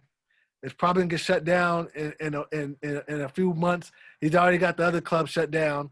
I think I'm just gonna move back to Florida. So if you guys want to leave, you guys can leave. And at first I knew it was gonna be kind of bad because the way he was telling me, you know what I'm saying? But sure enough, the first time I meet him, okay, so I'm not paying for anything. As a matter of fact, I want 25% of your door. Ooh. So that's when we decided to move to the Martini Lounge in Hollywood, man, which was the best move we could have made. You know what I mean? The Martini Lounge was right there on Melrose, maybe about 2 blocks away from the Paramount Pictures Okay. movies. Yeah. And I think the first Sunday we moved there, Wesley Snipes was there. And he No, was just there really. every week. He was just there like every week, you know what I'm saying? So that was probably the best move we could make. And plus, like the Kings of 12, they didn't have a real liquor license. They had beer and wine and concoctions. So Right. we got the Martini Lounge. They got Hennessy. They got, you know what I mean? They got everything. So, you know, it's much better move. Much better move. And the rest is Crazy history. how things like kind of force you to move forward without, you're like kind of like, great, Yeah. what is this gonna be? Yeah. And that's the thing about it, man. If you just like have some faith and follow God, man, it normally works out. You know what I mean? You know, No, it normally definitely. works out. No, definitely. I mean, it definitely, and that's the hardest thing I think is that sometimes when you don't know what's gonna happen and it just doesn't seem like it's gonna work out, but you know, Yeah. Well, I mean, nothing is guaranteed, man. You know what I mean? The only thing that's guaranteed is change. Change and death. Only 2 things guaranteed. so change that. Yeah, Who's reggae this? pops, huh? This fine gentleman right here. Yeah, reggae pops, yo. That's what's up. I miss that brother, you know? Yeah. Tell people a little bit about reggae pops. I know my experiences was nothing but great things, Yeah, reggae pops. Well, okay. The first time I met reggae pops, this was back in my single days. So I met him at the Universal Amphitheater. I think it was Maxi Priest and Buju Banton was performing, and I was there with like 8 really good-looking Filipino girls. You know what I mean? And they saw him. Like one of them seen him. Like, hey, who's that old guy up in the front? You know? And one of them went over to talk to him and started vibing with him. Like, I guess he was thinking like, oh, this guy's kind of cool. You gotta meet Q. You know what I He mean? is cool. He was Yeah, reggae yeah. pops was cool. But just to know, he wasn't reggae pops back then. Back Oh, it then, was. he was Pops the player. He was Pops the player. Yeah. So when he saw me with these 8 girls, he looked at me and like, oh, okay, you know. And It's like player. yeah. And the girl to town, I'm like, hey, you gotta come check out Q's club. And this is when we're at the Century Club, like early at the Century Club, right? So he actually showed up. Reggae Pop actually showed up at the Century Club. And as soon as he did, the same girl was there to meet him. Reggae, like Pops, grabbed him, and I guess she had him on the dance floor for a while, and it became a thing. I guess girls would look at him like, oh, if she's dancing with him, I could dance with him. So Pops, he was just the whole night just getting like pushed from girl to girl. You know what I mean? And yeah, within a few months, he came to me and said, Q, I'm Reggae Pops. Reggae Pops. I said, okay, you're feeling it. All right, that's cool. That's cool. And Reggae Pops, man, he'd be at the Jamaican Gold, Jamaica Live. He'd be at the Dub Club. He'd be at the after hours in the hood that, you know what I mean, that nobody would really want to go to. Yeah, You no know what doubt. I mean? That one little house we used to go to, and remember that one You house, talking about the the after firehouse. hours and You stuff, talking after the reggae house? about the firehouse. Yeah, that was Firehouse. Remember how that that place was where we used to run there? fire. Yeah, shout out Jamal, man. The firehouse was a joint, yo. You know what I mean?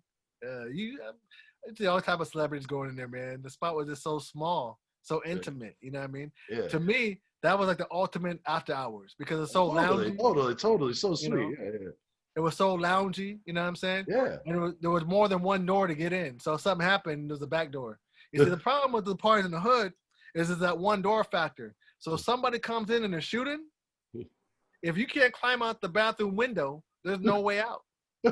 Yeah. Yeah, you laughing, but this is some real stuff, yo. Bro, I've been at many shows where I've got a shot at. So yeah, unfortunately, I've seen all too many people got shot at shows in my life. Yeah, I don't want to see that, man. I don't want to see that. Yeah, I know, but there's definitely been some experiences in my life where I'm like, why did that happen? Yeah, no, I hear you, man. It's real life, man. Things are gonna happen. Things are gonna happen. Not as much in the last couple of years as much as it used to happen at shows and stuff for me when I would go to them and stuff, Well, you know what's crazy? Ever since they legalized weed in LA, gang banging has went way down. Has went way down. It's You true. know what I mean? It used to be you couldn't go to like a hip hop spot without being like approached by a gangster. Right? Or I went to a festival the other day. It was at Dodger Stadium in the parking lot. They had that you know, the Tyler the Creators Festival there. Okay. And you know, this is in Dodger Stadium's parking lot and stuff, and like there was just like no gangster vibe. And I Yeah. was just thinking Yeah. about like, how are you having a basically like a carnival and like it's not just because like Right. back in the day you couldn't have this, like it just would Not be at all. different. Not at all. Yeah. So that's what's crazy, right? So ever since weed been legal, gang banging has went way, way down. Different Imagine vibe, that. that's for sure. Imagine that. Yeah, I'm sure it's still banging, but just No, different. for sure, for sure. But it's just not, it's not like it was in the '80s. It's not like it was in the '90s. You know what Hey, I'm saying? even in my neighborhood here in South LA, and so people that I know that lived in my neighborhood said that the neighborhood's gotten exponentially better. Yeah, for sure, for sure, for sure. All right, I got another. Pay a little respect to. Was you see this King Richard. gentleman Yeah, right here, Mr. family. Kingston 12 himself, man. Yeah, yeah, Pay a Mr. little Kingston respect to 12 the himself. elders. You know, pay a little respect to the elders. I miss him too, man. Him and Reggae Pops passed away within like 4 months from each other. You know, Yeah, cancer, man. It's terrible, terrible, man. right. I mean, isn't that crazy? I mean, that's why I try and cherish, you know, every day we have, man. You know, it's just, and you know that I guess it goes to the point of certain things are irreplaceable, right? I mean, it Yeah. really gives you perspective of that. Like, you know, I remember it was like a fixture. Every time I see Richard would always be in the back there with you, you know, Mhm. always, you know, rolling something, just sitting there. That was like my adopted uncle, man. Yeah. From the Kingston 12, man, we drug him with us everywhere we went. You know what I'm saying? Because it was a family business. So it's him and his brother that owned the Kingston 12, right? Yeah, Yeah. yeah, So yeah, no, man. It's crazy, bro. It's crazy, man. But yeah, talk about being the life of the party, man. That brother was always the life of the party. right? Yeah. Always jamming out. So right here, this picture right here. So what about? My mini me. Yeah, Little Prince. Yeah. So where were you when you took this picture? Santa Monica, man, Station 27. That's where I used to always hang out as a kid. You know? Yeah.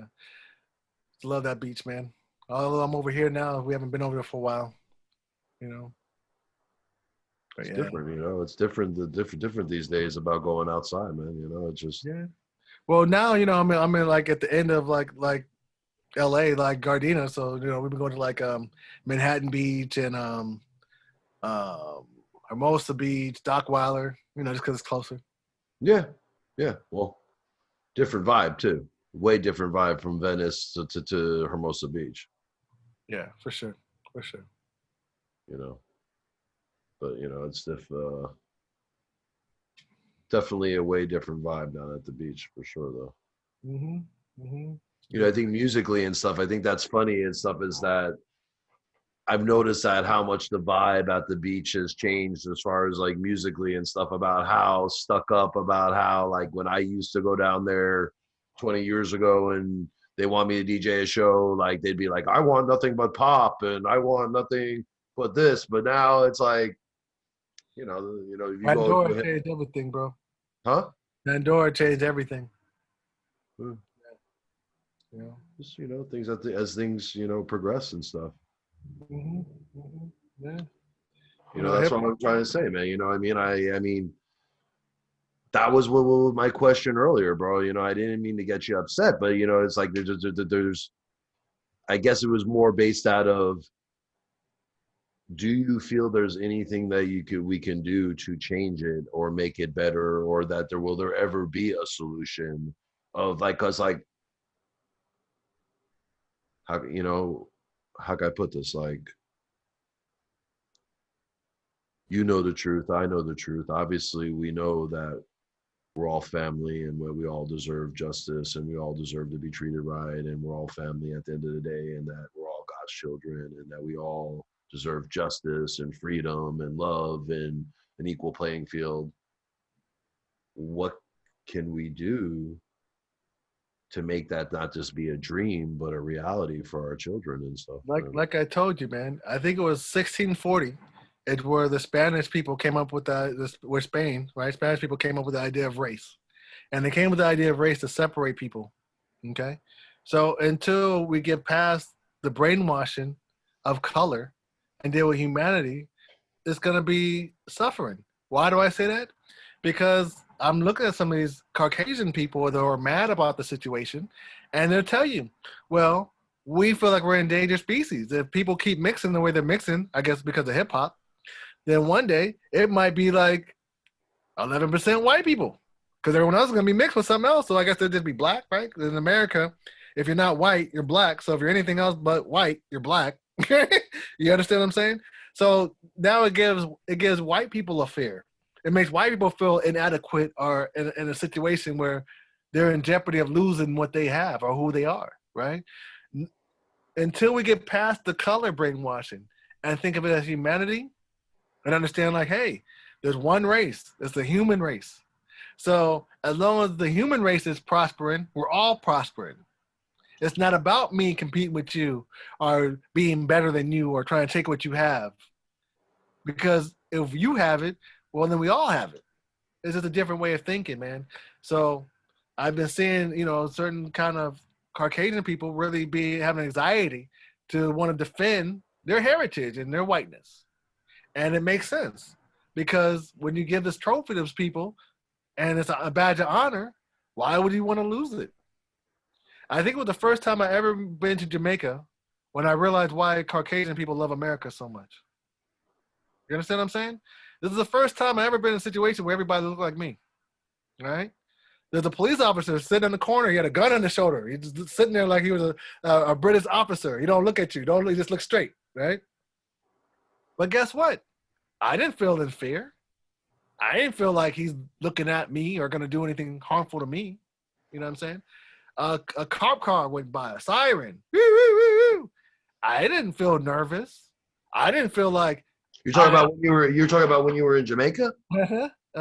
You're saying you felt safer in Jamaica because of the demographic was more likely to what you Look, everybody looked like me. There, I wasn't a target. You see what I'm saying? In America, I look different than most people. So because of that, most of the time I'm a target and an easy target. You understand what I'm saying? So it's just a different way of stress. It's a different thing of stress. PSD, however you call it. Yeah, I've been pulled over by the cops and beat up and punched and this, that, whatever. You know what I'm saying? It's real. Have I had a gun pulled out at me by the cops? Yeah, when I was like 13 or 14. You know what I'm saying? Like it happens. Like it's a normal thing. You know what I'm saying? It's a normal thing. And because I'm a target in America, I'm not Caucasian. I'm not white. I stand out and they put a label on me as criminal, shady individual, possible drug dealer, possible rapist, possible want to date your daughter. You know what I'm saying? All these things they put on me. So now, people see me as kind of like a fear. And for the longest time, I mean, even now I kind of love it because it's kind of like really feeling like a lion walking the street. Could you imagine a lion walking down the street anywhere in LA? People look at him, oh shit, a lion, right? Yeah, that's how it'd be in black. And most of the time in America. You're walking down the street like you're a lion. People locking their doors, women clenching their purse. You know what I'm saying? And it's a crazy thing to see. I mean, I never really minded as a thing of like, oh man, I hate this because I'm just different. But the same way, when it comes to getting beat up, pulled over by the cops, and the first thing they say is, do you have any weapons in the car? Are you in a gang? How many tattoos do you have? You're thinking like, why are you asking me this? Why are you even pulling me over? Yeah. You know what I mean? Oh, okay, let me see your license. Let me run it. Okay, you could go. Oh, so you just want to check up to see if I had a warrant? So basically, you pulled me over because I'm black, and you just figured you might get lucky that I have a warrant? Yeah, or even if there isn't anything going on, you know what I mean? No, but that's what I'm saying. Like, this is the life of being a black person in LA. It's normal. You get used to it. Well, I think it's bigger outside of LA. I mean, generally in America, and then some people would debate that it's something that black people do around the world if you're not in an area that. Right. But I'll tell you this though. Whenever I'm anywhere besides America, I feel so much more love from people. So much more love. And not because I'm doing anything. These people don't know what I do or who I am. You know what I mean? I was in China like in November, right before the COVID thing started. So much love, man. People just smile at you, want to take pictures with you. You know what I'm saying? It's just a different type of vibe. Only in America does a black person feel like they're not wanted. I Which go is anywhere. funny, dude. Which is funny because they say that there's huge racism issues in China and you know with I that. didn't. I didn't feel any of them. You know, not Japan. You know what I'm saying?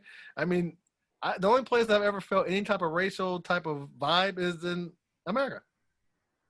You know, that's the only place.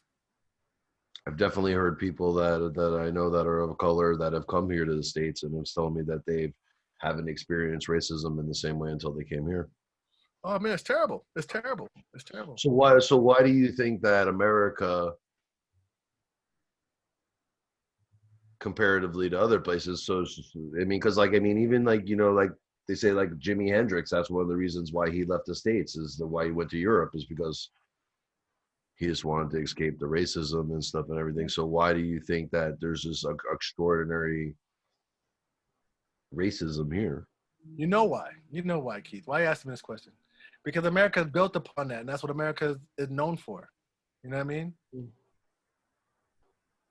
Well, I think America's known for many things, man. I mean, No, because that's not. America. Look, America got all their wealth from the slave days. Okay, all their wealth from the slave days. So when you think about that, you guys understand that America is built upon that. It's the slave trade. It's the slavery. It's the mentality of brutality of racism against other people who have color. You understand what I'm saying? And it's not even just black people in America, right? So when Irish people came out here, right? Remember they came over in Ellis Island, and what do they call them in America?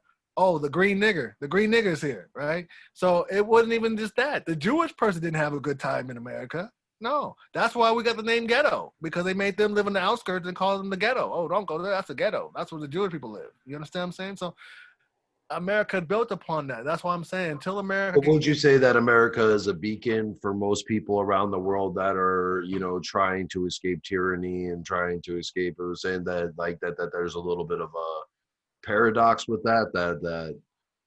Here's the thing about it, right? So if you talk to anybody from anywhere else in the world, America is a movie. It's a motion picture. What I mean by that, what they see in the movies is how they think it really is in America. Like the first time I ever went to Japan in like the early 2000s, they were telling me they want to go to Crenshaw. They want to see the lowriders. They thought that was the coolest shit in the world. You know what I'm saying? Because they see it in the movie. They think that's what people do. You know what I mean? They didn't know that was gang violence and drug dealing and pimping and hoeing. No, they just saw beautiful women and dope cars. I want to go to Crenshaw. You understand what I'm saying? So Not America, Laguna Niguel. They want to go to Crenshaw. America found put their foundation of who they are really from following the essence of Hitler, right? Hitler came out with these films about the Fifth Reich and was showing them in the movie theaters all in America and with propaganda, right? Before that, what you have, what was the movie with damn, one of the first movies that came out in the silent time, it was the Ku Klux Klan, and they came in to save the day. And this was called, there's a famous movie. I can't believe I just dropped the name of it.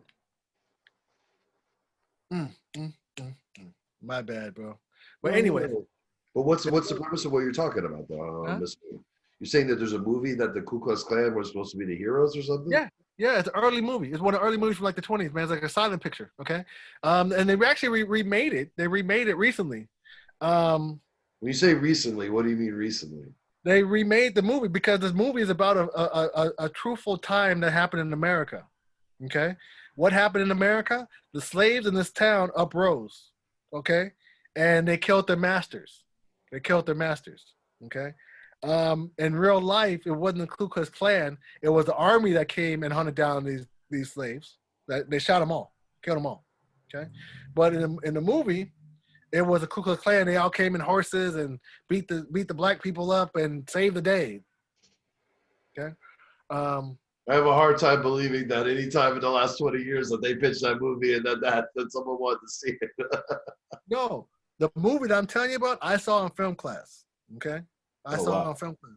But it was over a real time in history where the slaves uprose in America.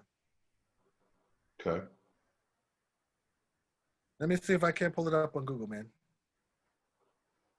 Yeah, well, hey, I mean, definitely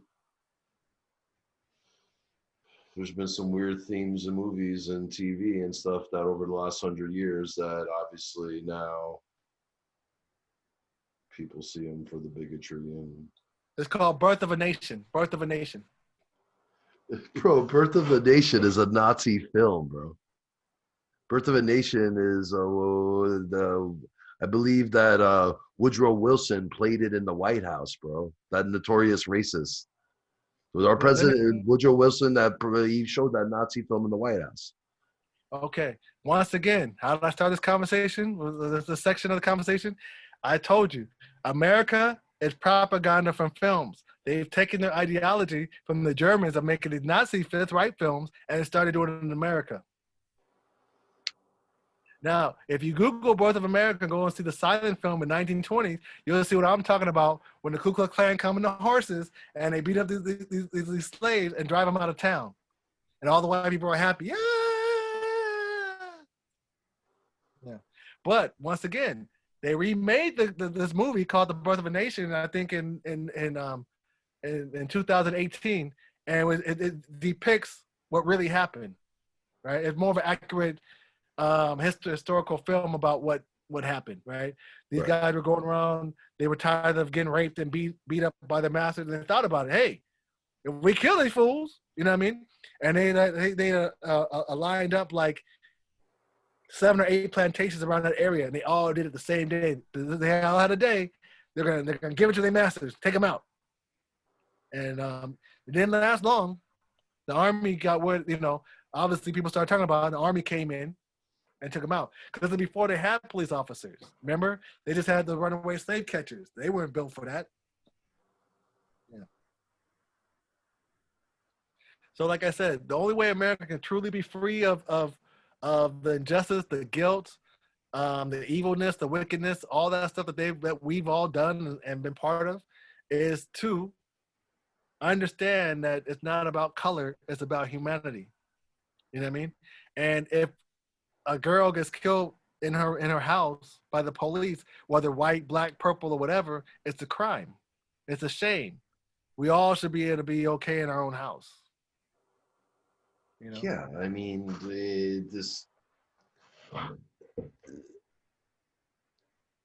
I guess that goes back to what I was saying before, is that first of all, I totally agree with you that generally it's like if a little white girl goes missing, there's going to be more of a historical hoopla with the news and the press and that type of stuff. I would contest that, that's what's been going on though, is that there's all these unjustified assaults on people with no type of consequence. And I guess the point I was trying to express is that as long as that keeps happening, I get it that historically speaking, that's what's happened and it's nothing new. But what I'm saying is that for us to move forward as a nation, it can't keep happening, and that if it keeps happening, it's going to explode into something worse. It's supposed to happen.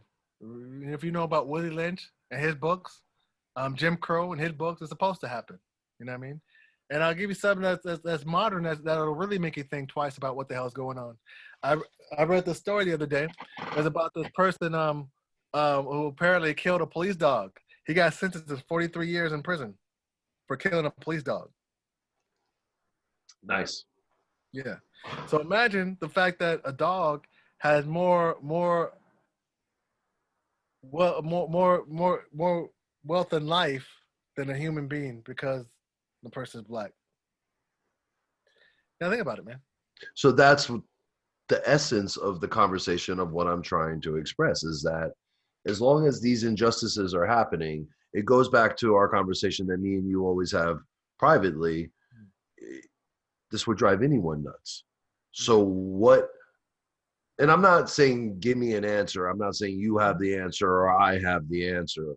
All I'm saying is unless it does change, bro, like it can't, it's not sustainable. It's like the things with the environment. It's not sustainable. We have to figure out something. We could keep going in denial that this is going to work, but it's not working. I'll tell you like this. Remember I told you about these politicians and this agenda, right? Part of what you see going on is they want us to react in a violent way. They want us to be sick and tired and have an uprise so they could pass martial law and and continue on their agenda with New World Order. Okay. Well, don't you feel like in a way that that's what that's like what's going on is that they're just like, hey, hey, come on, poke the cage bear, poke the cage, like till people have no other choice but to fight back. You know what I Well, mean? I'll tell you like this. I'll tell you like this. Before this, before um, George Floyd, I thought it would take about 20 more years for things to be right. And what I mean by that is, if you see what's really going on in the world with hip hop music, right? Everybody loves hip hop music. The world is changing through hip hop music. What does that mean? It means that the racism is not as big as it was, say 30, 40 years ago, right? Of course. Hip hop music has entered everybody's McDonald's commercial, car commercial, your house, whatever. You can't escape it, right? So I would say in 20 years after George Floyd and the riots and all that, what's going on now, Black Lives Matter actually took speed. I say honestly, if we can survive for another 5 to 10 years, we'll see a lot of really serious changes. And I say that because after George Floyd, you saw not just black people in pain. You saw everybody in pain, everybody disgusted, everybody thinking, If yo, anything, a lot of my black friends were looking at me going, what the heck's going on here, Keith? What's up with all these white people fucking going around trying to they wouldn't trust it. They were like, yo, what's going on? Is something else going on, bro? Like they so that's the couldn't thing. even That's the thing about politics, man, is they want to try to please the massive, right? So as you see, the massive is not having this shit no more. The masses is not having this shit no more.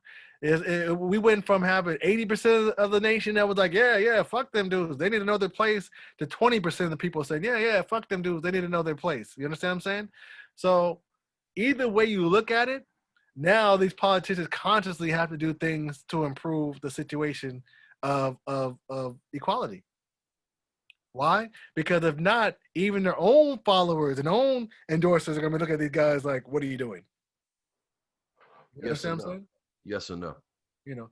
I mean, don't get me wrong. There's still some people that are still, trying to be like their father and their Well, what grandfather. do you think about that? About like, Trump calling people to like a I mean, okay, so let's even separate it from it. Let's say that Trump isn't saying this, but that's the narrative.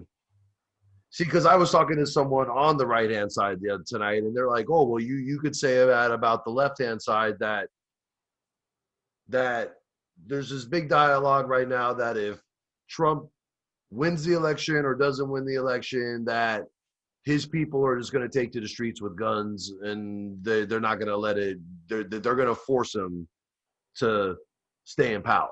Is what he's basically saying. Like, hey, well, you Yeah, don't like if you don't like it, go. All these militias that have been popping up the last couple months. He's like, let me explain to you, man. Let me explain to you. Yo, I don't. First of all, I don't think Trump has people like that. That's the first thing. Don't get me wrong. There's some crazy hillbillies or skinheads or whatever you want to call them. You know what I mean? That taken Trump and said, okay, we're with him. It's all about white people. This, that, whatever. You know.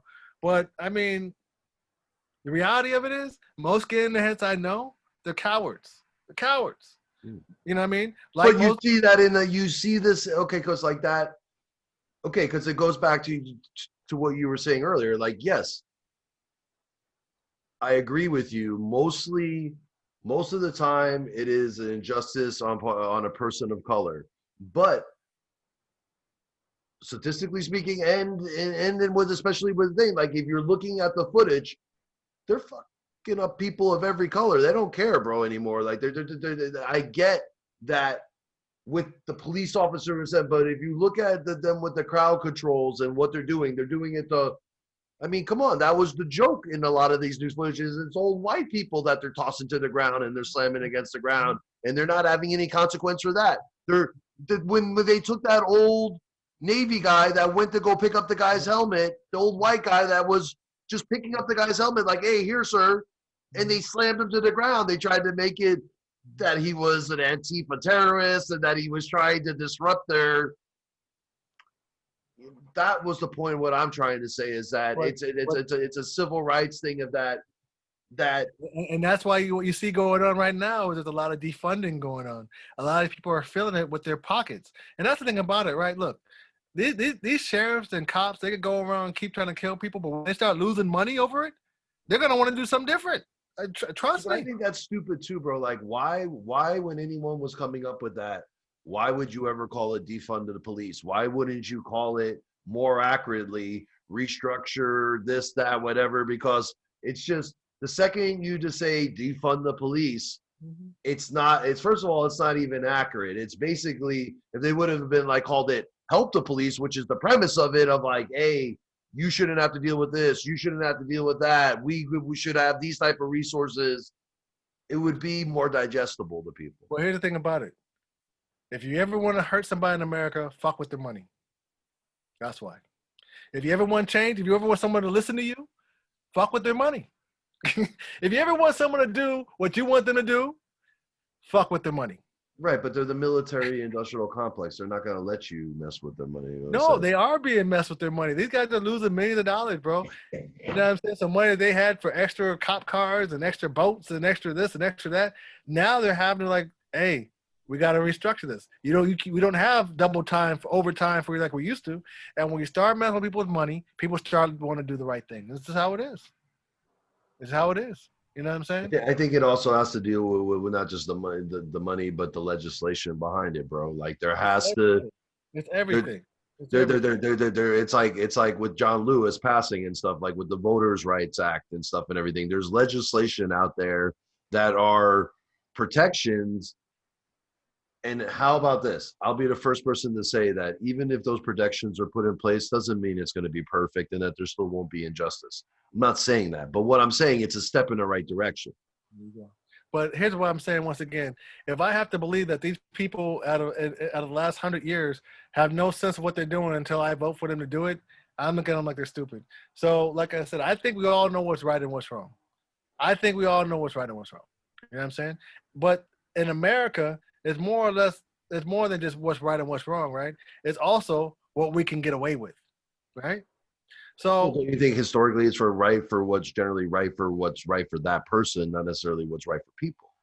Well, once again, what we can get away with, right? What can we get away with, right? A white guy can rape a black woman and not go to jail because, well, his parents have money.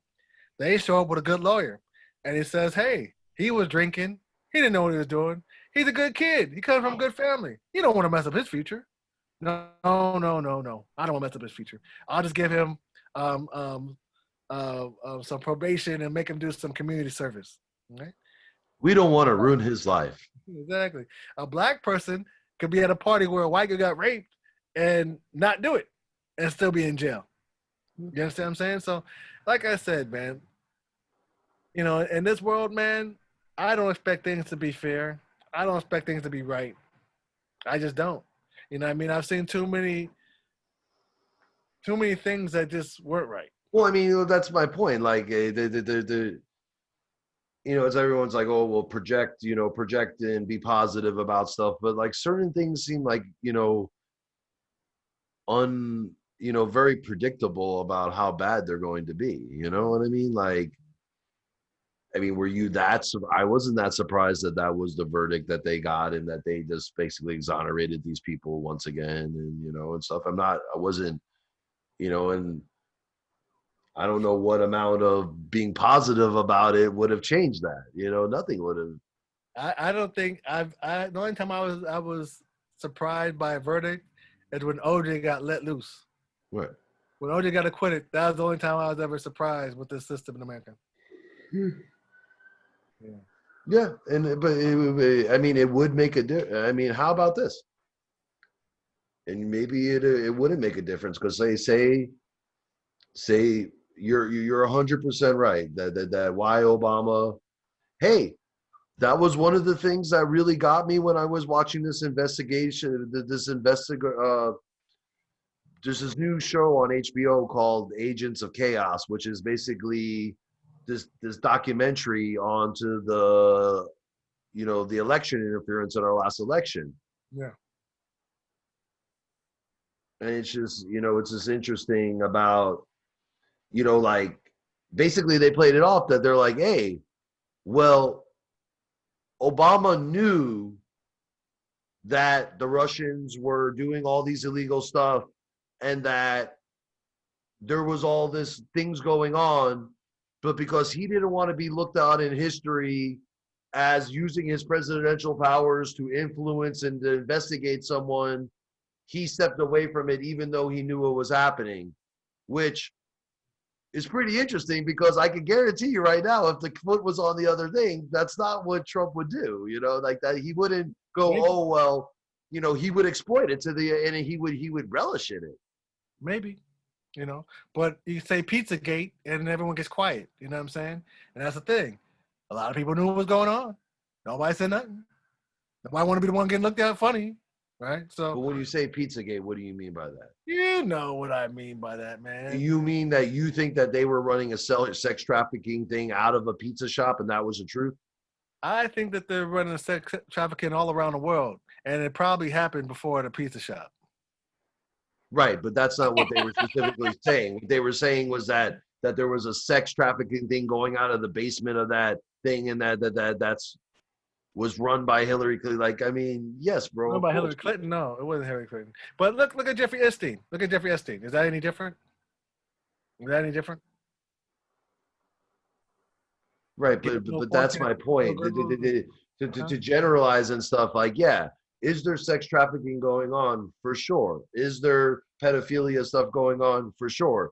But to put it that because that was what they were saying, that it was tied to Hillary Clinton, that she was running a sex Right? trafficking From thing. what I know, they're all in court about it now, man. And they're trying to put Obama in it because they're saying he knew about it. You know what I mean? Like, look, who knows? Look. Who knows what type of demonic stuff people really do, right? But we do know that there are some the groups of people that do some demonic things for power and for sex. Of course. You know what I mean? And most of these people are people who are famous, are really, really rich, or in the limelight. And nobody says anything because the people who are famous, who are really, really rich, are in the limelight. You Well, know what I'm come saying? on. How many people with rock stars, said, come on, that's like the old thing, the rock star that's raping all these girls, these groupies and stuff. And people look at it and go, oh, well, why would they ever rape? But You know rock stars that gotta rape people? I mean, I know R. Kelly what, pissed I, us what some I'm girls, what I'm but I don't saying, think he had to rape nobody. you're missing my point. Yes, there's definitely been people that were famous rock stars that were weirdos that used their power to manipulate and do weird shit. Yes, I understand the premise of what you're saying about do most people that are being like no because they can get it no matter what, but that's not really the point. Because that's not really the point, bro. Because me and you both know, especially on the flip side of that, that ain't even the trip. The trip is just the power trip of what they're trying to play over you. It's that it's not even a sexual thing. It's just a power thing. I see. I see. Well, yeah, I guess you're right. Mike Tyson, Bill Cosby, yeah, right. All them, yeah. Well, not even that. I would say that there's a whole entire culture out there in entertainment that historically felt that they experienced certain things coming up, so that's just the way it was. Mm-hmm. For sure. For sure. For sure. I don't, I obviously I don't think that everyone that's involved, in the music business is into that. But come on, Yeah. Yeah. it's No, like it's we live in a very sick world, bro. There's a lot of pain, a lot of wickedness, man. You know. and there's also a lot of goodness too. Yeah, there's a little. There's a little. Yeah. But that's just the world we live in, man. I mean, you know, The one thing that I expect to be true is that mankind will probably destroy mankind before anything else. So you feel that you don't feel that we're going to find a peaceful resolution, or possibly that there's going to be some type of light at the end of the tunnel? Um, I think it's inevitable, man. Until we find spirituality and morality, and understand humanity, it's inevitable. There's always gonna be someone who wants to take everything you got, just to take it, or because they can. Like you said about the power of rape, there's always gonna be someone who wants to take the power over you, and right. So you know, Yeah, and then that goes well back to like, how could anyone ever do that? How could someone really rape someone? I mean, that's horrible. Like you say, like it shows you about mental illness, people, how sick and depraved people really are. there you go, there you go, there you go. And I guess that's always been my problem as growing up, is like but in the sense of that, like, but I guess as I get older, I guess I come more and more at peace. It's like, hey, wait a minute, that's exactly what people are capable of. That's exactly who people are. I mean, you got to realize a lot of people have been molested, man. A lot of people have been abused, man. So, some of them people want to pass it to someone else, so they don't feel like they're the only one.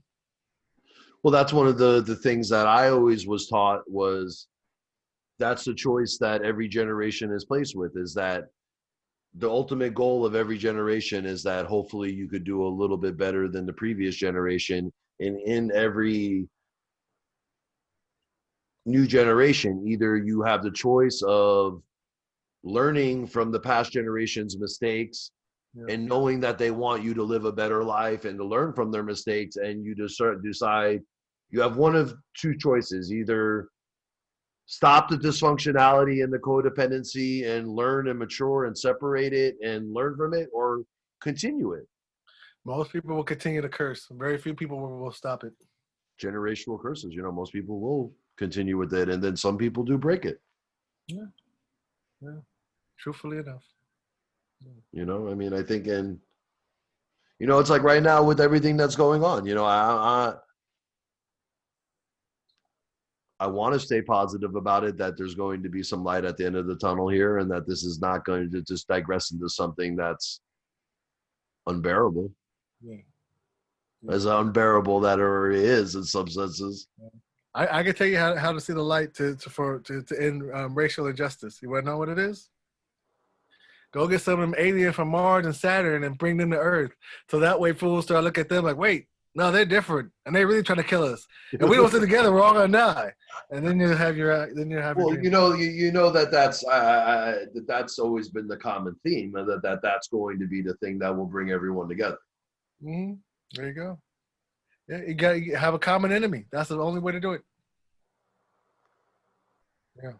I think it would that's horrible. That's what people need to come together to see what the truth is already and stuff, bro.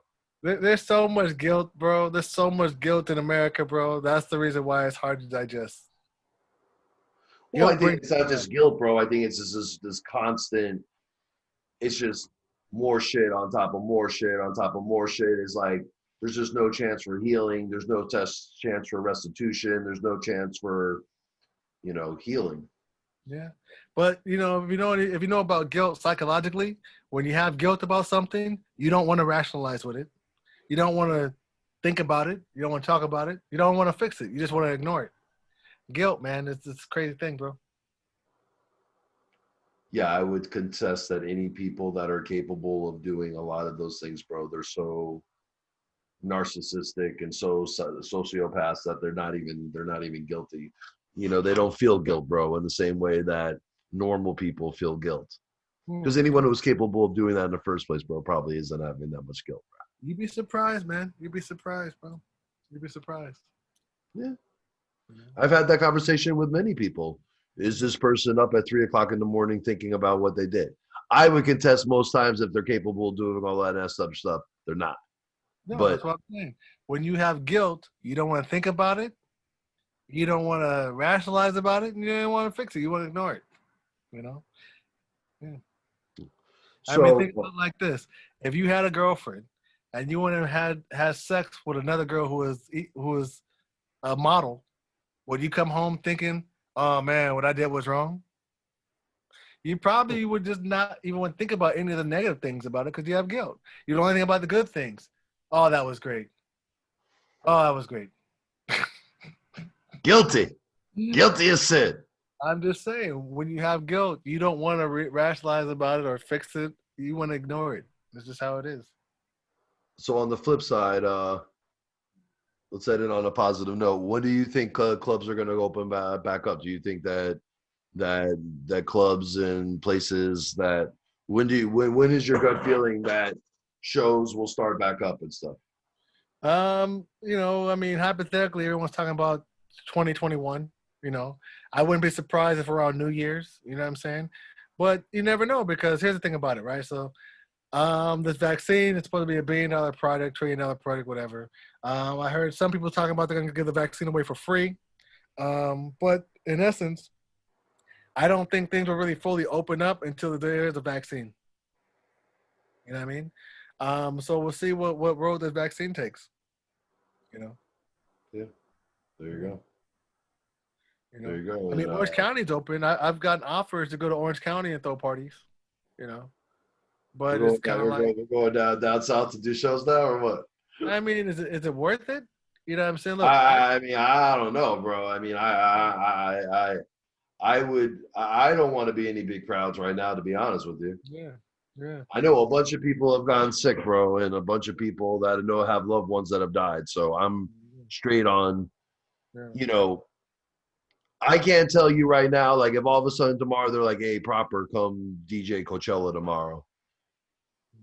Unless it was a virtual Coachella where we were just going to go do the show and there was this closed out. But if there was like, yo, there's going to be 50,000 people descending on Coachella Valley, do you want to be there? Yeah, we're afraid of people now. It's official. I'm not afraid of people, bro. It's No, you're afraid of a crowd that's afraid of people. Look, last year, if I would have said, "Hey, you want to do No, Coachella?" I'm saying that I don't think that scientifically that was the smartest decision to do towards. I get it. What do you think? What do you think? I'm asking your opinion. What do you think? What do I think?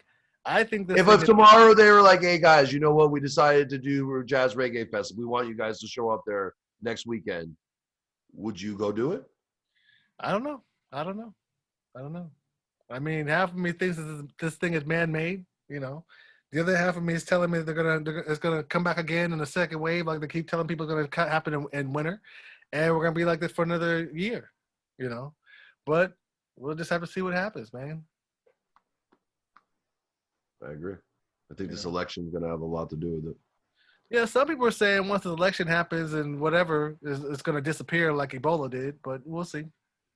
No. I'm just talking about you have two different paths and director, like kind of like, how things are going to be delegated moving forward. Yeah. Yeah. I mean, honestly, I don't think Trump can win again. I just think like, yo, if you were president and things are this messed up, we got to just try somebody else.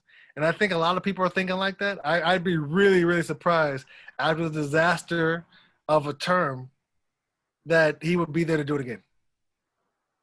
That's just my opinion. I know if I was hired to be the head of a corporation and my works went like this, I don't think I would be hired after my contract was up.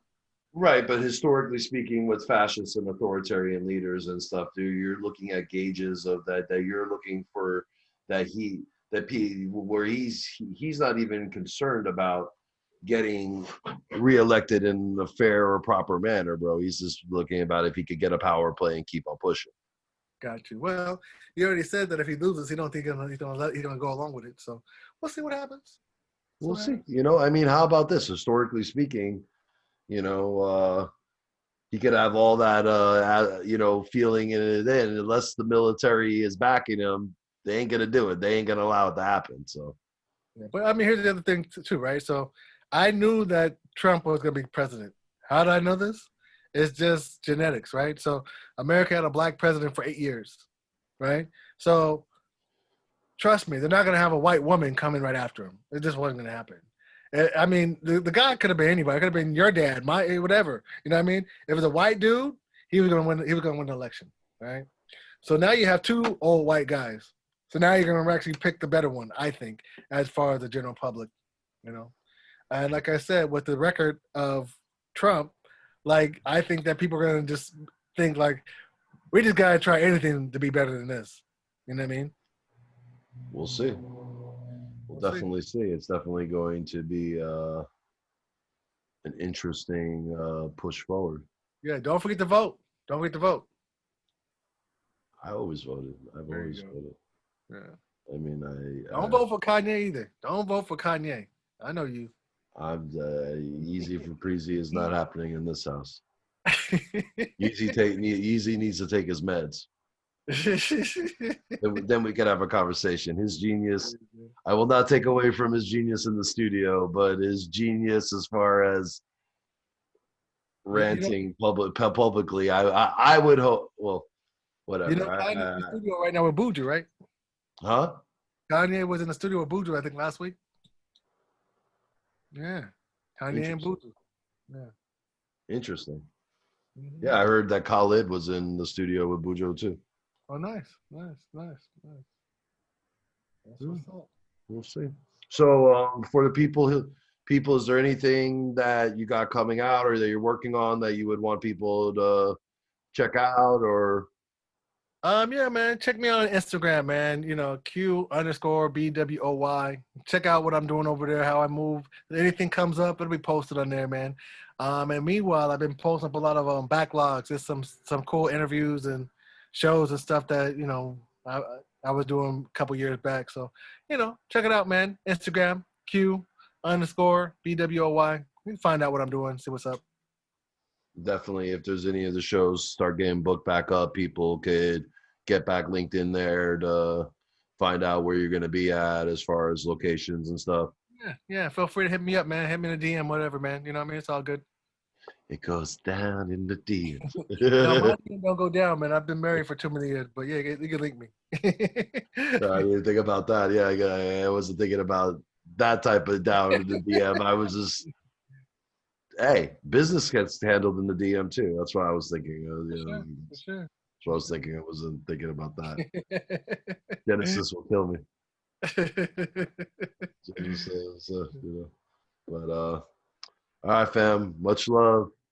I hope you enjoyed it. Thank you for blessing us. This is episode 5, which is going to put us actually onto Pandora and Spotify now. So now we're on iTunes, we're on Google Podcasts, and now with this being the 5th episode, we're now officially going to be on Pandora and Spotify.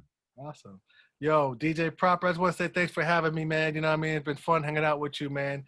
You know what I mean? For everyone else out there, man, love, respect, identity. You know what I mean? You know, when it's saying Q boy, man, just know we're going to do it right and for the right reasons. You know what I'm saying? So love, respect, you know what I'm saying? Yeah, you know, appreciate you, man. Hey, man, if there's ever been someone in my life who doesn't just say it, but lives it. I try. Try, fam. I can honestly say that I can attest to this, Q, that there's been many times in my life I didn't feel like anyone was there and you were the only person there, man. So some of that, I could say that, you know, I don't have a physical brother. I hope you know to my last breath that you are my brother. I love you with all my heart and soul. You are as much as you are my family, as if I ever had family, you are my family. I do anything for you, bro. I do anything for you or your family. And I hope you know that not just from words, but from our life and what it's been over the last, you know, many years, many moons. That's what's up, man. Love you too, brother. Love you too, man. You know what I mean? Stay positive, man. I'm very proud of you. And I have a feeling that many great things to come, bro. That's what's up. Yeah. All right, man. Well, thank you for being on Equality Radio. DJ Proper, the Prince of Reggae. Prince of Reggae, Q Anthony, Q Boy. Bless up, brother. Bless up, man. All right, guys. Everyone, Peace, love, and happiness. Proper. Q boy. Ja Bros. Peace, Love, fam. love. Much love. So, everyone, Q boy. We're out. Talk to you soon, fam.